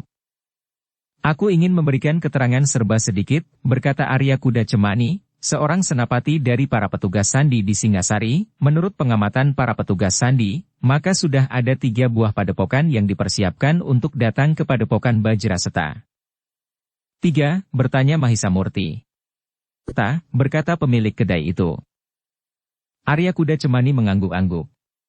Katanya, padepokan induk yang dipimpin oleh Empu Damar, guru gemak Langkas. Sedangkan kedua padepokan yang lain adalah padepokan-padepokan yang dipimpin oleh murid-murid Empu Damar yang telah dianggap memiliki kemampuan yang cukup. Mahisa Murti menarik nafas panjang. Dari para prajurit yang telah datang lebih dahulu Mahisa Murti sudah mendapatkan beberapa penjelasan. Apa yang dikatakan oleh Arya Kuda Cemani telah melengkapinya, sehingga Mahisa Murti telah mendapat gambaran yang utuh tentang orang-orang serta padepokan-padepokan yang memusuhinya. Mahisa Murti pun telah mendapat keterangan bagaimana Mahisa Pukat mampu mengalahkan Empu Damar itu di perang tanding. Empu Damar tidak mengira bahwa Angger Mahisa Pukat mampu menghisap tenaga dan kemampuannya. Ia menyadari akan kemampuan ilmu Angger Mahisa Pukat kemudian setelah terlambat, berkata Arya Kuda Cemani. Lalu katanya, namun agaknya ia akan menjadi lebih berhati-hati. Ia tentu sudah memperhitungkan bahwa Angger Mahisa Murti juga memiliki ilmu yang sama. Mahisa Murti mengangguk-angguk. Dengan demikian ia memang harus menjadi sangat berhati-hati menghadapi Empu Damar itu. Namun Arya Kuda Cemani kemudian mengatakan, tetapi tidak mustahil bahwa Empu Damar akan mengundang kekuatan di luar padepokannya dan padepokan yang dipimpin oleh murid-muridnya. Terima kasih atas segala keterangan ini Raden, jawab Mahisa Murti, mudah-mudahan kami dapat mempertahankan diri dari mereka yang berniat buruk itu. Satu hal yang sedang aku usahakan, berkata Raden Kuda Cemani kemudian, jika kita tahu, kapan orang-orang itu akan datang, maka kita akan dapat mempersiapkan penyambutan sebaik-baiknya. Kepada Raden Kudawereng Mahisa Murti juga memberitahukan tentang kedua orang yang sedang mengamati padepokannya. Nampaknya mereka sedang mengumpulkan bahan untuk meyakinkan langkah-langkah yang akan mereka ambil. Raden Kudawereng mengangguk-angguk kecil. Katanya, ternyata mereka cukup berhati-hati dengan rencana mereka. Mereka tidak ingin terjebak sekali lagi sebagaimana yang pernah terjadi di Sendang Perbatang itu. Namun dengan demikian kami di sini harus lebih berhati-hati menghadapi mereka, desis Mahisa Murti. Ya. Aku akan berusaha mengetahui lebih banyak tentang langkah-langkah yang akan mereka ambil, berkata Raden Kudawereng. Terima kasih Raden, desis Mahisa Murti, ternyata kami hanya membebani Raden saja. Bukankah itu tugasku, sahut Raden Kudawereng. Mahisa Murti mengangguk-angguk kecil. Sementara Raden Kudawereng berkata selanjutnya, jika saja aku dapat bertemu dengan kedua orang itu. Kedua orang yang sedang mengamati padepokan ini, bertanya Mahisa Murti. Ya, jawab Raden Kudawereng. Aku tidak selalu dapat menemui mereka, jawab Mahisa Murti, tetapi kita dapat mencobanya. Dengan demikian maka Raden Kudawareng berniat untuk bermalam di padepokan itu agar ia mendapat kesempatan untuk bertemu dengan dua orang yang sedang mengamati padepokan Bajraseta. Di hari berikutnya, maka Mahisa Murti telah mengajak Raden Kudawareng untuk pergi ke Padukuhan Nerak. Ternyata menurut Ki Bekel, memang ada orang yang sedang mencari seseorang yang mempunyai 3 orang anak. Seorang di antara anak-anaknya adalah Lembu Amping. Untunglah orang yang ditanya telah mendengar pesan tentang kuda Samekta dan anaknya Lembu Amping, berkata Ki Bekel, tetapi kedua orang itu ternyata tidak mengenal nama kuda Samekta. Yang dikenalnya adalah justru Lembu Amping. Namun dengan demikian ternyata bahwa kedua orang itu benar-benar ingin mengenal padepokan Bajraseta lebih dalam lagi. Apa jawab orang itu? Bertanya Mahisa Murti kemudian. Seperti pesanmu. Orang yang mendapat pertanyaan tentang kau dan anakmu itu telah memberitahukan bahwa kau tinggal di rumahku. Tetapi ternyata ia tidak datang kemari, jawab Ki Bekel. Apakah keduanya telah mencurigai aku? Bertanya Mahisa Murti dengan ragu. Entahlah, jawab Ki Bekel. Baiklah, jawab Mahisa Murti, aku akan mencarinya di kedai itu. Di tempat mereka sering singgah. Demikianlah berdua dengan Raden Kudawareng yang berpakaian seorang petani kebanyakan keduanya pergi ke kedai yang pernah dikunjungi oleh Mahisa Murti dan Mahisa Amping. Tetapi ternyata keduanya tidak sedang berada di kedai itu. Ketika hal itu ditanyakan kepada pemilik kedai, maka pemilik kedai itu menjawab, sudah sejak keduanya datang beberapa hari yang lalu, mereka belum datang lagi kemari. Mahisa Murti mengangguk-angguk. Kepada Raden Kudawareng ia berkata, mungkin keduanya menganggap bahwa pengamatan mereka sudah dianggap cukup, sehingga mereka telah kembali ke Singasari untuk memberikan laporan. Mahisa Murti menarik nafas dalam-dalam. Katanya, terima kasih Ki Bekel. Selama ini kami justru hanya menggelisahkan rakyat padukuhan-padukuhan di sekitar padepokan kami. Tidak. Tidak. Padepokan Bajraseta telah memberikan banyak sekali kepada kami.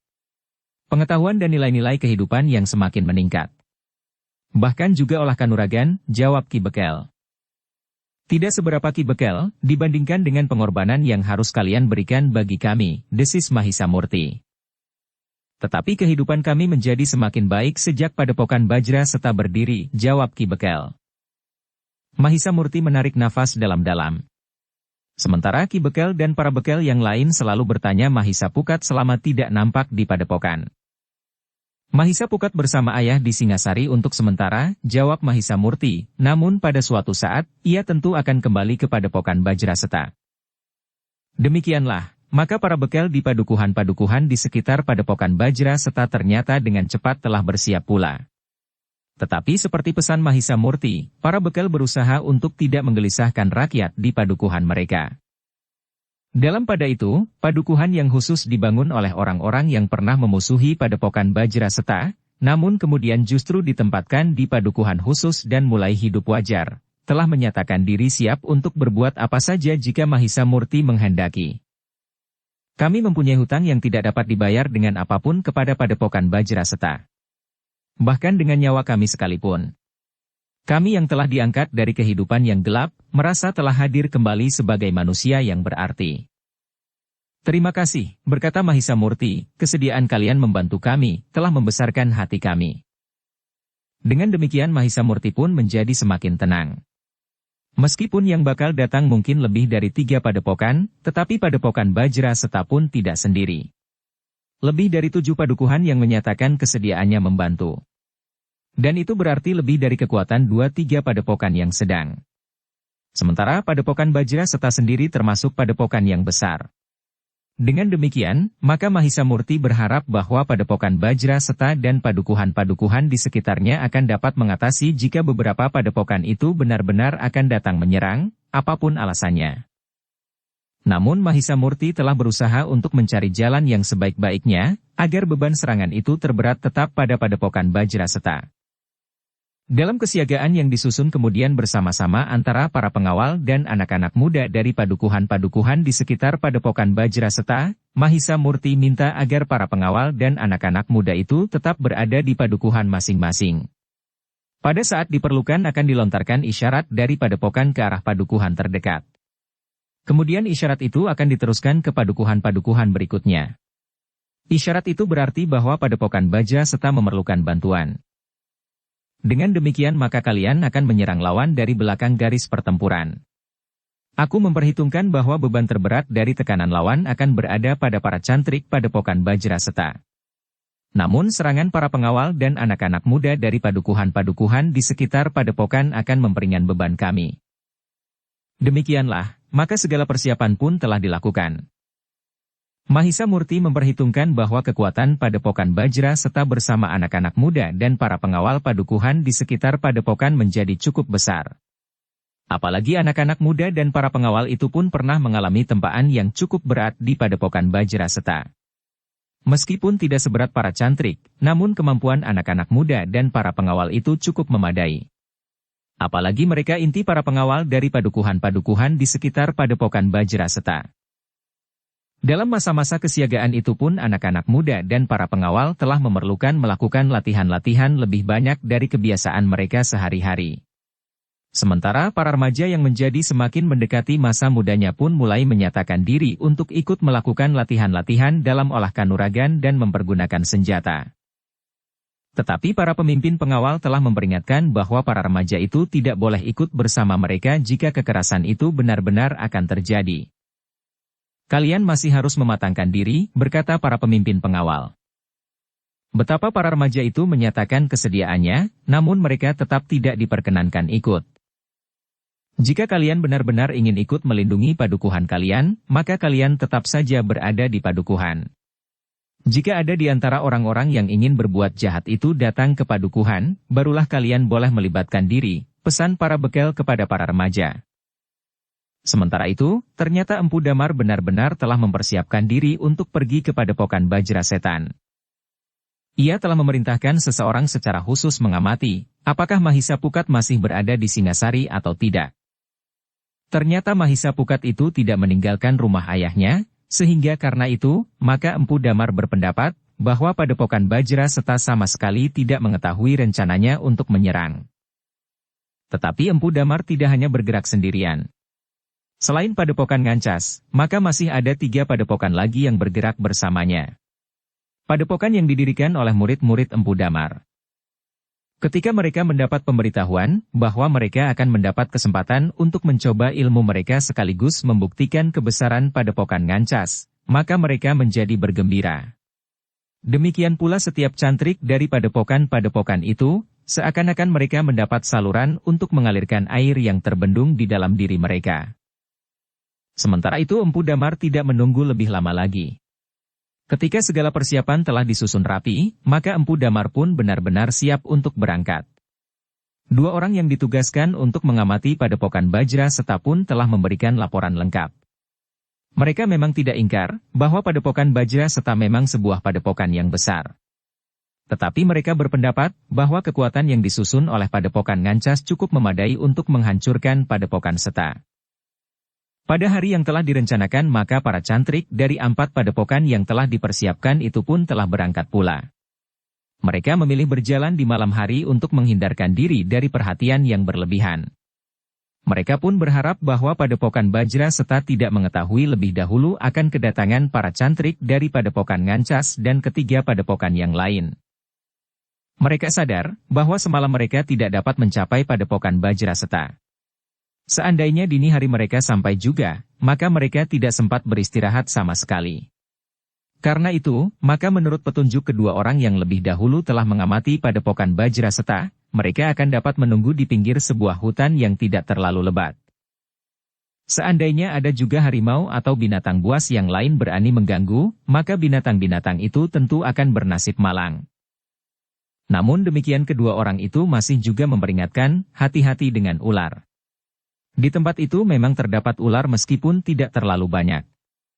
Tetapi lebih sulit melawan seekor ular daripada seekor harimau bagi sekelompok cantrik. Demikianlah, dengan pesan dan bekal yang cukup, para cantrik dari 4 padepokan yang tidak terlalu besar itu bergerak menuju Padepokan Bajra Seta. Keberangkatan para cantrik dari keempat padepokan itu tidak luput dari pengamatan Arya Kuda Cemani. Karena itu, maka ia telah memerintahkan 2 orang prajurit sandi untuk pergi berkuda mendahului para cantrik dari keempat padepokan yang dipimpin oleh Empu Damar sendiri dari Padepokan Ngancas. Gemak Langkas yang sebenarnya telah mendapat peringatan dari ayahnya, terpaksa berangkat juga karena ia sadar bahwa ialah yang telah menyulut api permusuhan antara Padepokan Ngancas dengan Padepokan Bajraseta. Kedatangan kedua orang petugas sandi itu telah menggetarkan Padepokan Bajraseta. Ternyata padepokan itu benar-benar akan mendapat serangan dari kekuatan yang cukup besar. Mahisa Murti memang tidak dapat ingkar. Meskipun ia juga menyesali peristiwa yang bakal terjadi itu, namun sudah tentu bahwa Padepokan Bajraseta harus membela diri sejauh dapat dilakukan. Dengan cepat pula Mahisa Murti sendiri telah menghubungi beberapa orang bekel di padukuhan-padukuhan di sekitarnya. Dengan sangat menyesal Mahisa Murti telah menyeret mereka ke dalam benturan kekerasan. Seperti yang aku katakan, kami akan mengirimkan isyarat jika kami memerlukan bantuan dari padukuhan-padukuhan, berkata Mahisa Murti kepada para bekel. Demikianlah, maka segala sesuatunya telah disiapkan sebaik-baiknya.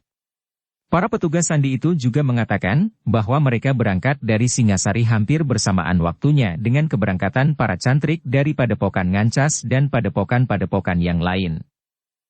Kami lebih dahulu datang karena kami berkuda. Siang ini mereka tentu beristirahat di satu tempat, berkata salah seorang petugas sandi itu. Jika demikian, maka agaknya besok pagi-pagi mereka akan menyerang Padepokan Bajraseta, berkata Mahisa Murti. Aku kira memang demikian. Pada saat matahari terbit, mereka akan menyerang Padepokan Bajraseta. Tetapi sebaiknya sejak malam nanti, segala kemungkinan siap untuk dihadapi. Mahisa Murti mengangguk-angguk. Katanya, baiklah. Terima kasih untuk keterangan ini. Mudah-mudahan kami dapat mempertahankan diri. Aku berhasil mengintai kekuatan mereka, berkata salah seorang petugas itu, dari segi jumlah. Para cantrik yang akan menyerang padepokan ini, jumlahnya aku kira lebih banyak, tetapi aku masih belum tahu akan tingkat kemampuan mereka. Kami akan berusaha sebaik-baiknya, desis Mahisa Murti. Ternyata kedua orang petugas sandi itu tidak segera kembali ke Singasari.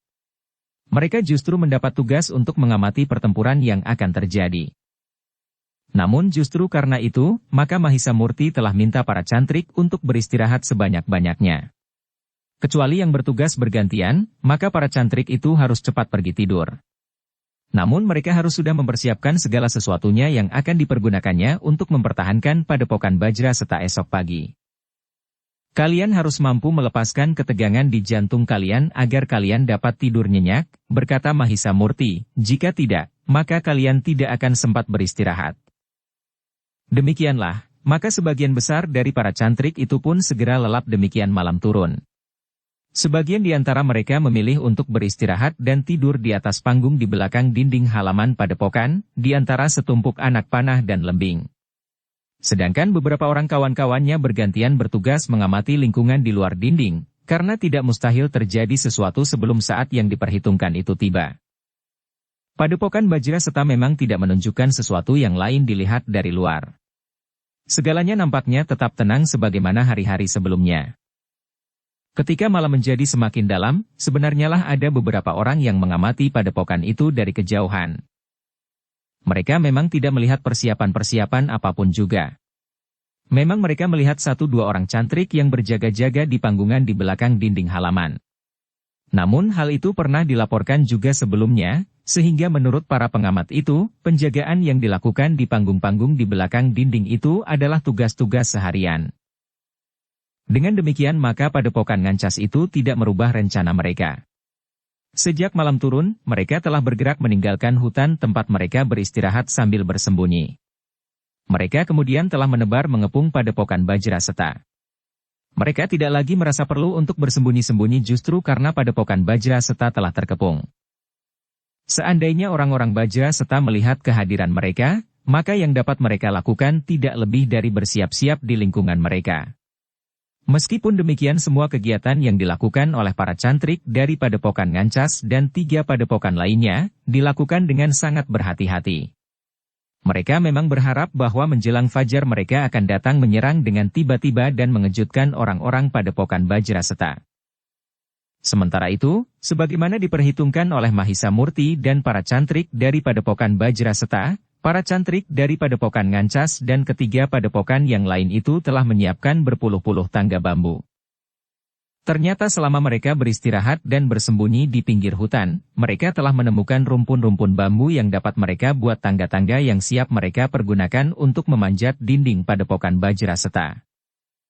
Ketika malam kemudian menjadi semakin dalam, maka terjadi pergantian para petugas yang berjaga-jaga di panggungan di belakang dinding padepokan. Seorang cantrik yang memimpin penjagaan malam itu telah melaporkan kepada Mahisa Murti bahwa para petugas telah mulai melihat kegiatan di luar dinding padepokan Bajraseta. Namun seperti yang diperintahkan, maka para cantrik dari padepokan Bajraseta tidak mengambil langkah-langkah apapun selain semakin bersiaga menghadapi segala kemungkinan. Baik, berkata Mahisa Murti, beristirahatlah sebaik-baiknya, agar tenagamu besok utuh kembali. Demikianlah. Maka Mahisa Murti sendiri pun pergi beristirahat pula meskipun ia berpesan bahwa jika ada sesuatu yang penting, ia harus dibangunkan. Yang nampak sibuk kemudian adalah dapur padepokan Bajraseta. Para cantrik itu harus makan lebih dahulu sebelum fajar, sehingga mereka tidak akan bertempur dengan perut lapar. Berbeda dengan kegiatan di dapur padepokan Bajraseta, maka para cantrik dari padepokan Ngancas telah mendapat bekal mereka masing-masing. Nasi jagung yang akan dapat bertahan sampai 2 atau 3 hari tanpa dipanasi lagi. Mereka minum di mana saja ada air bersih. Bahkan belik-belik kecil di pinggir sungai. Dalam pada itu, maka Empu Damar yang memimpin langsung keempat padepokan yang akan menyerang Bajraseta itu telah memberikan pesan-pesan terakhirnya. Kita akan menebus harga diri kita yang telah direndahkan oleh Mahisa Pukat, salah seorang pemimpin dari padepokan Bajraseta ini. Karena Mahisa Pukat berada di istana bersama ayahnya, maka sasaran kita arahkan kepada padepokan Bajraseta. Dalam waktu yang tidak terlalu lama, kita tentu akan dapat menguasai seluruh padepokan ini. Jumlah kita lebih banyak. Kita pun meragukan apakah para cantrik padepokan Bajraseta memiliki ilmu yang cukup baik. Bahkan aku mengira bahwa tidak ada seorang pun dari isi padepokan Bajraseta yang memiliki kemampuan dan ilmu sebagaimana Mahisa Pukat. Biarlah besok Mahisa Pukat menangis jika ia mengetahui bahwa padepokan Bajraseta telah kita hancur leburkan. Para cantrik pun tergetar hatinya, sehingga mereka berjanji untuk benar-benar menghancurkan padepokan Bajraseta yang sombong itu. Namun demikian, Empu Damar itu pun masih berpesan, jika kalian nanti memasuki padepokan Bajraseta, kalian harus tetap berhati-hati. Meskipun tidak ada seseorang yang memiliki ilmu setinggi Mahisa Pukat, tetapi kalian sebaiknya menghadapi pemimpin padepokan Bajraseta tidak seorang diri. Aku akan berusaha menghadapinya. Seandainya aku tidak menemukannya, tetapi salah seorang dari kalian tiba-tiba berhadapan dengan orang itu, maka usahakan menghadapinya dengan kelompok-kelompok kecil. Kalian dapat melakukannya, karena kalian tidak sedang berperang tanding. Demikianlah, waktu pun merayap terus. Empu Damar merencanakan untuk menyerang padepokan Bajraseta saat matahari mulai membayang. Empu Damar berharap bahwa jika matahari terbit, maka para pengikutnya sudah mulai berusaha memanjat dinding dengan tangga serta merusakkan pintu gerbang utama. Karena itu, menjelang fajar, Empu Damar telah memerintahkan orang-orangnya menempatkan diri di seputar padepokan Bajraseta. Jika kemudian isyarat dilontarkan, maka mereka serentak akan bergerak. Gerak-gerik para pengikut Empu Damar itu tidak luput dari pengamatan para cantrik dari padepokan Bajraseta. Meskipun para cantrik itu tidak melakukan sesuatu, tetapi setiap kali mereka selalu memberikan laporan tentang para pengikut Empu Damar itu. Menjelang fajar, maka para cantrik Bajraseta pun telah siap. Perhitungan Mahisa Murti memang tepat. Para penyerang akan mulai bergerak menjelang matahari terbit. Mahisa Murti yang telah bangun dan berbenah diri telah siap memimpin langsung perlawanan untuk mempertahankan diri. Wantilan telah mendapat perintah untuk berada di belakang. Mahisa Semu di sisi sebelah kiri sedangkan di sisi sebelah kanan diserahkan kepada seorang cantrik yang dimiliki kepemimpinan yang tinggi. Setelah memberikan beberapa pesan, serta setelah seisi padepokan Bajraseta makan dan minum secukupnya, maka para cantrik pun mulai menebar di tempat tugas mereka masing-masing. Mereka yang mendapat tugas naik ke panggungan pun telah siap di tangga. Sementara para cantrik yang dipersiapkan untuk melindungi pintu gerbang utama pun telah bersiap pula. Di belakang pintu gerbang utama, sekelompok cantrik telah siap bertahan jika pintu gerbang itu terpaksa pecah. Kita menunggu isyarat, berkata Mahisa Murti, pemimpin padepokan Ngancas itu tentu akan melontarkan isyarat, apapun wujudnya. Demikian isyarat itu diberikan, maka mereka tentu akan bergerak. Nah, kita pun akan bergerak pula. Para pemimpin kelompok para cantrik di Padepokan Bajra Seta itu pun telah siap pula di tempat masing-masing.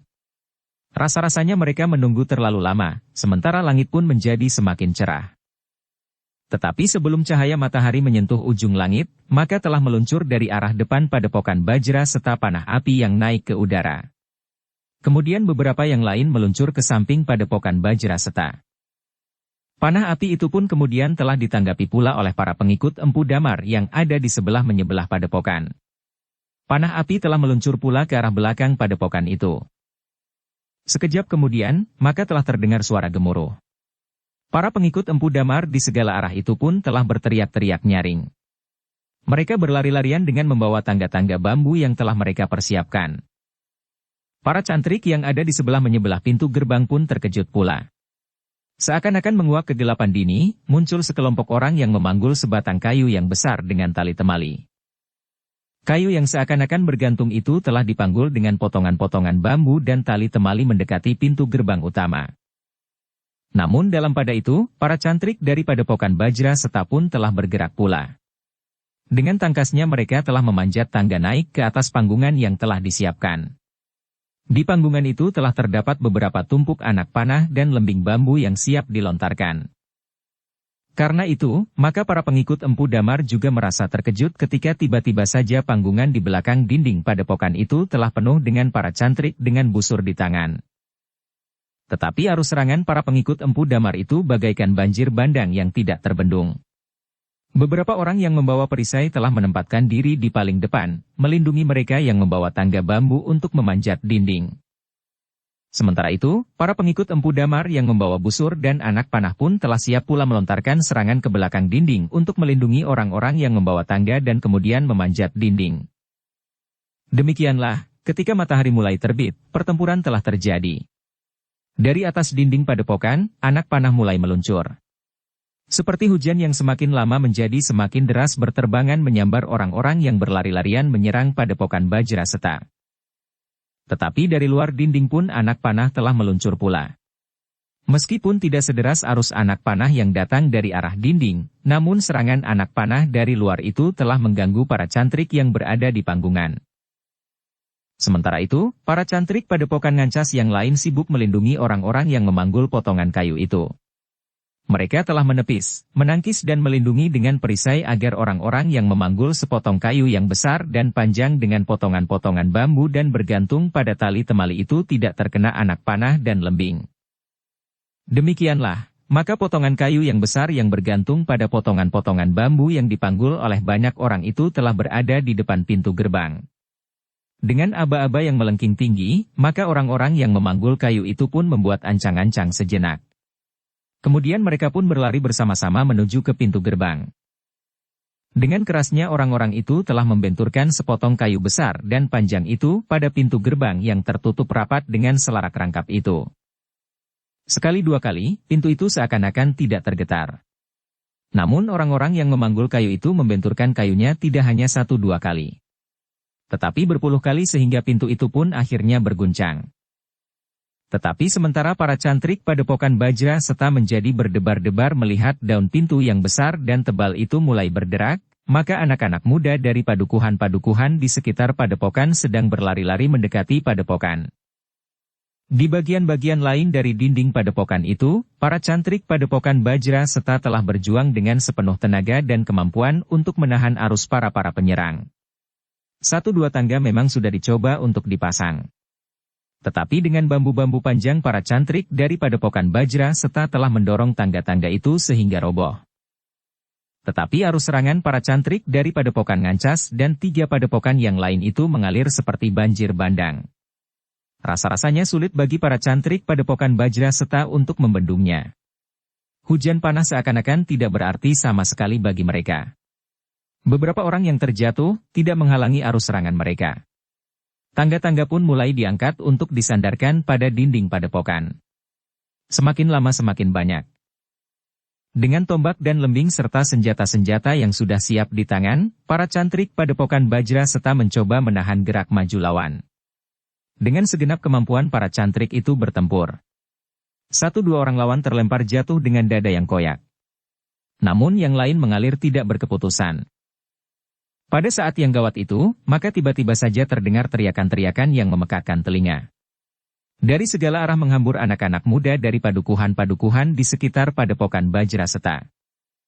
Ternyata jumlah mereka cukup banyak meskipun jauh lebih kecil dari jumlah para cantrik dari keempat padepokan yang sedang menyerang padepokan Bajraseta. Tetapi kedatangan mereka benar-benar mengejutkan para cantrik dari keempat padepokan yang sedang menyerang padepokan Bajraseta itu. Dengan demikian maka perhatian para cantrik dari padepokan-padepokan yang menyerang Bajraseta itu telah terbagi. Sebagian dari mereka segera berbalik untuk melawan anak-anak muda yang datang menyerang itu. Tekanan mereka terhadap kekuatan yang ada di atas panggungan di belakang dinding padepokan memang berkurang. Para cantrik padepokan Bajraseta mempergunakan kesempatan itu sebaik-baiknya. Pada saat para cantrik yang menyerang itu bimbang mengambil sikap, maka serangan dari atas dinding pun benar-benar bagaikan tertumpah dari langit. Tetapi itu tidak berlangsung lama. Sementara para pengikutnya ragu-ragu, Empu Damar dengan cepat mengambil keputusan. Ia pun berteriak menjatuhkan perintah setelah melihat jumlah penyerang yang datang itu, tinggalkan padepokan Bajraseta untuk sementara. Hancurkan orang-orang yang dengan licik menyerang dari belakang. Jumlah mereka tidak begitu banyak. Mereka akan dapat dengan cepat dibinasakan. Jika perlu kita menunda serangan kita terhadap padepokan Bajraseta sampai esok. Perintah itu pun telah diteriakkan beranting. Setiap pemimpin kelompok telah meneriakkan kembali perintah itu. Sehingga perintah itu bagaikan mengalir mengelilingi dinding padepokan. Para cantrik yang sudah terlanjur memasang tangga dan bahkan mulai memanjat telah berloncatan turun. Sambil berusaha menangkis anak panah yang mengejar mereka, maka mereka pun telah berusaha menjauhi dinding yang digapainya dengan susah payah. Mereka telah merobohkan tangga-tangga yang sebagian telah mereka pasang agar tidak ditarik naik oleh para cantrik yang berada di panggungan. Namun kebijaksanaan yang diperintahkan oleh Empu Damar itu memang satu-satunya cara yang paling baik untuk dilakukan pada keadaan seperti itu. Lebih baik mencurahkan perhatian dan langsung menyelesaikan salah satu tugas daripada sebagian-sebagian tetapi tidak segera dapat selesai dengan tuntas. Orang-orang padukuhan yang menyerang para cantrik dari keempat padepokan itu memang terkejut ketika mereka melihat, semua orang dalam pasukan lawan itu telah berbalik menghadapi mereka. Sekilas mereka segera menyadari, jika demikian maka kekuatan mereka pun akan dapat dihancurkan sampai lumat. Tetapi anak-anak muda dan orang-orang padukuhan itu tidak berlari meninggalkan arena. Seorang yang memimpin kelompok yang berada di arah depan padepokan itu berteriak, marilah kita bertempur sampai akhir. Sulung masuk ke dalam perapian. Meskipun kita akan lebur menjadi debu, tetapi kita tentu sudah berhasil mengurangi jumlah mereka sebanyak dapat kita lakukan. Sisa kekuatan mereka tidak akan dapat mereka pergunakan untuk memasuki padepokan Bajraseta, sehingga kematian kita tentu tidak akan sia-sia. Teriakan itu telah disambut oleh sorak yang gemuruh bagaikan hendak merobohkan langit. Bahkan sorak itu merambat ke kelompok-kelompok yang ada di samping padepokan. Ternyata Mahisa Murti pun menjadi cemas melihat keadaan itu. Empu Damar benar-benar mengerahkan semua kekuatan yang dibawanya untuk menghancurkan kelompok-kelompok anak-anak muda dan orang-orang yang datang dari padukuhan-padukuhan. Meskipun jumlah mereka cukup banyak, tetapi masih jauh lebih sedikit dari jumlah para cantrik yang datang menyerang padepokan Bajraseta. Bersama dengan para cantrik Bajraseta pun nampaknya jumlah anak-anak muda dan orang-orang padukuhan itu masih berselisih dibanding dengan para penyerang. Tetapi selisih itu tidak banyak, desis Mahisa Murti. Ketika kedua pasukan itu benar-benar hampir berbenturan, maka Mahisa Murti harus mengambil sikap yang cepat dan berarti bagi padepokan dan bagi anak-anak muda dan orang-orang padukuhan itu.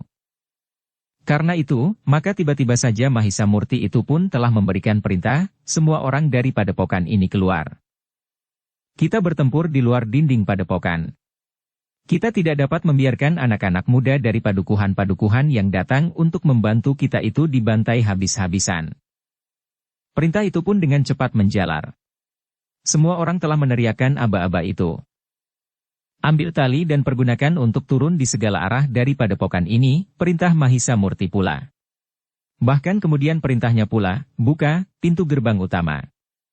Buka pula gerbang-gerbang butulan. Perintah itu pun segera dilaksanakan. Para cantrik memang tidak akan sampai hati melihat anak-anak muda dan orang-orang padukuhan dibantai sampai habis oleh orang-orang yang menyerang padepokan Bajraseta itu. Sementara mereka datang untuk sekedar membantu meringankan beban padepokan itu. Sejenak kemudian, maka pintu-pintu gerbang pun telah terbuka. Seperti banjir bandang yang memecahkan bendungan, maka para cantrik pun menghambur keluar dari padepokan. Yang kemudian terkejut adalah Empu Damar dan para cantriknya yang telah berbalik menghadapi orang-orang padukuhan itu. Mereka tidak mengira bahwa para cantrik dari padepokan Bajraseta akan keluar dari batas dinding padepokan. Empu Damar memang tidak mempunyai pilihan lain kecuali membuka dua medan. Seperti pedang bermata dua, maka pasukannya pun harus menghadapi lawan dari dua arah. Melihat para cantrik menghambur keluar, maka anak-anak muda dan orang-orang padukuhan itu pun bersorak sekali lagi. Gemuruh suaranya sekali lagi bagaikan mengguncang langit. Sejenak kemudian, maka benturan pun telah terjadi antara pasukan Empu Damar dan anak-anak muda serta orang-orang padukuhan. Sentuhan dua kekuatan itu telah menggetarkan medan. Ternyata anak-anak muda dan orang-orang padukuhan itu memiliki kemampuan untuk bertempur. Bahkan ada di antara mereka yang telah memiliki senjata sebagaimana yang dipergunakan oleh para cantrik dari padepokan Bajraseta. Senjata yang dibuat dengan cara dan bahan yang khusus. Meskipun senjata itu wujudnya cukup besar dan panjang, tetapi senjata itu tidak begitu berat sebagaimana wujudnya. Tetapi kekuatan pedang itu tidak kalah dari pedang yang terbuat dari baja pilihan yang berat. Pedang-pedang yang khusus itu ternyata mampu mengejutkan lawan-lawan mereka. Ternyata dengan senjata yang besar itu, anak-anak muda dan orang-orang padukuhan itu dapat memutar dan mempergunakannya dengan terampil. Kekuatan Empu Damar dan padepokan-padepokan yang mendukungnya memang mampu menggetarkan dan mendesak anak-anak muda dan orang-orang padukuhan. Namun hanya sebentar. Ketika para cantrik padepokan Bajraseta telah menyusul mereka, maka kekuatan mereka pun segera telah terbagi. Bersambung ke bab 167. Dukung kami dengan subscribe, follow, like, komen dan share. Terima kasih.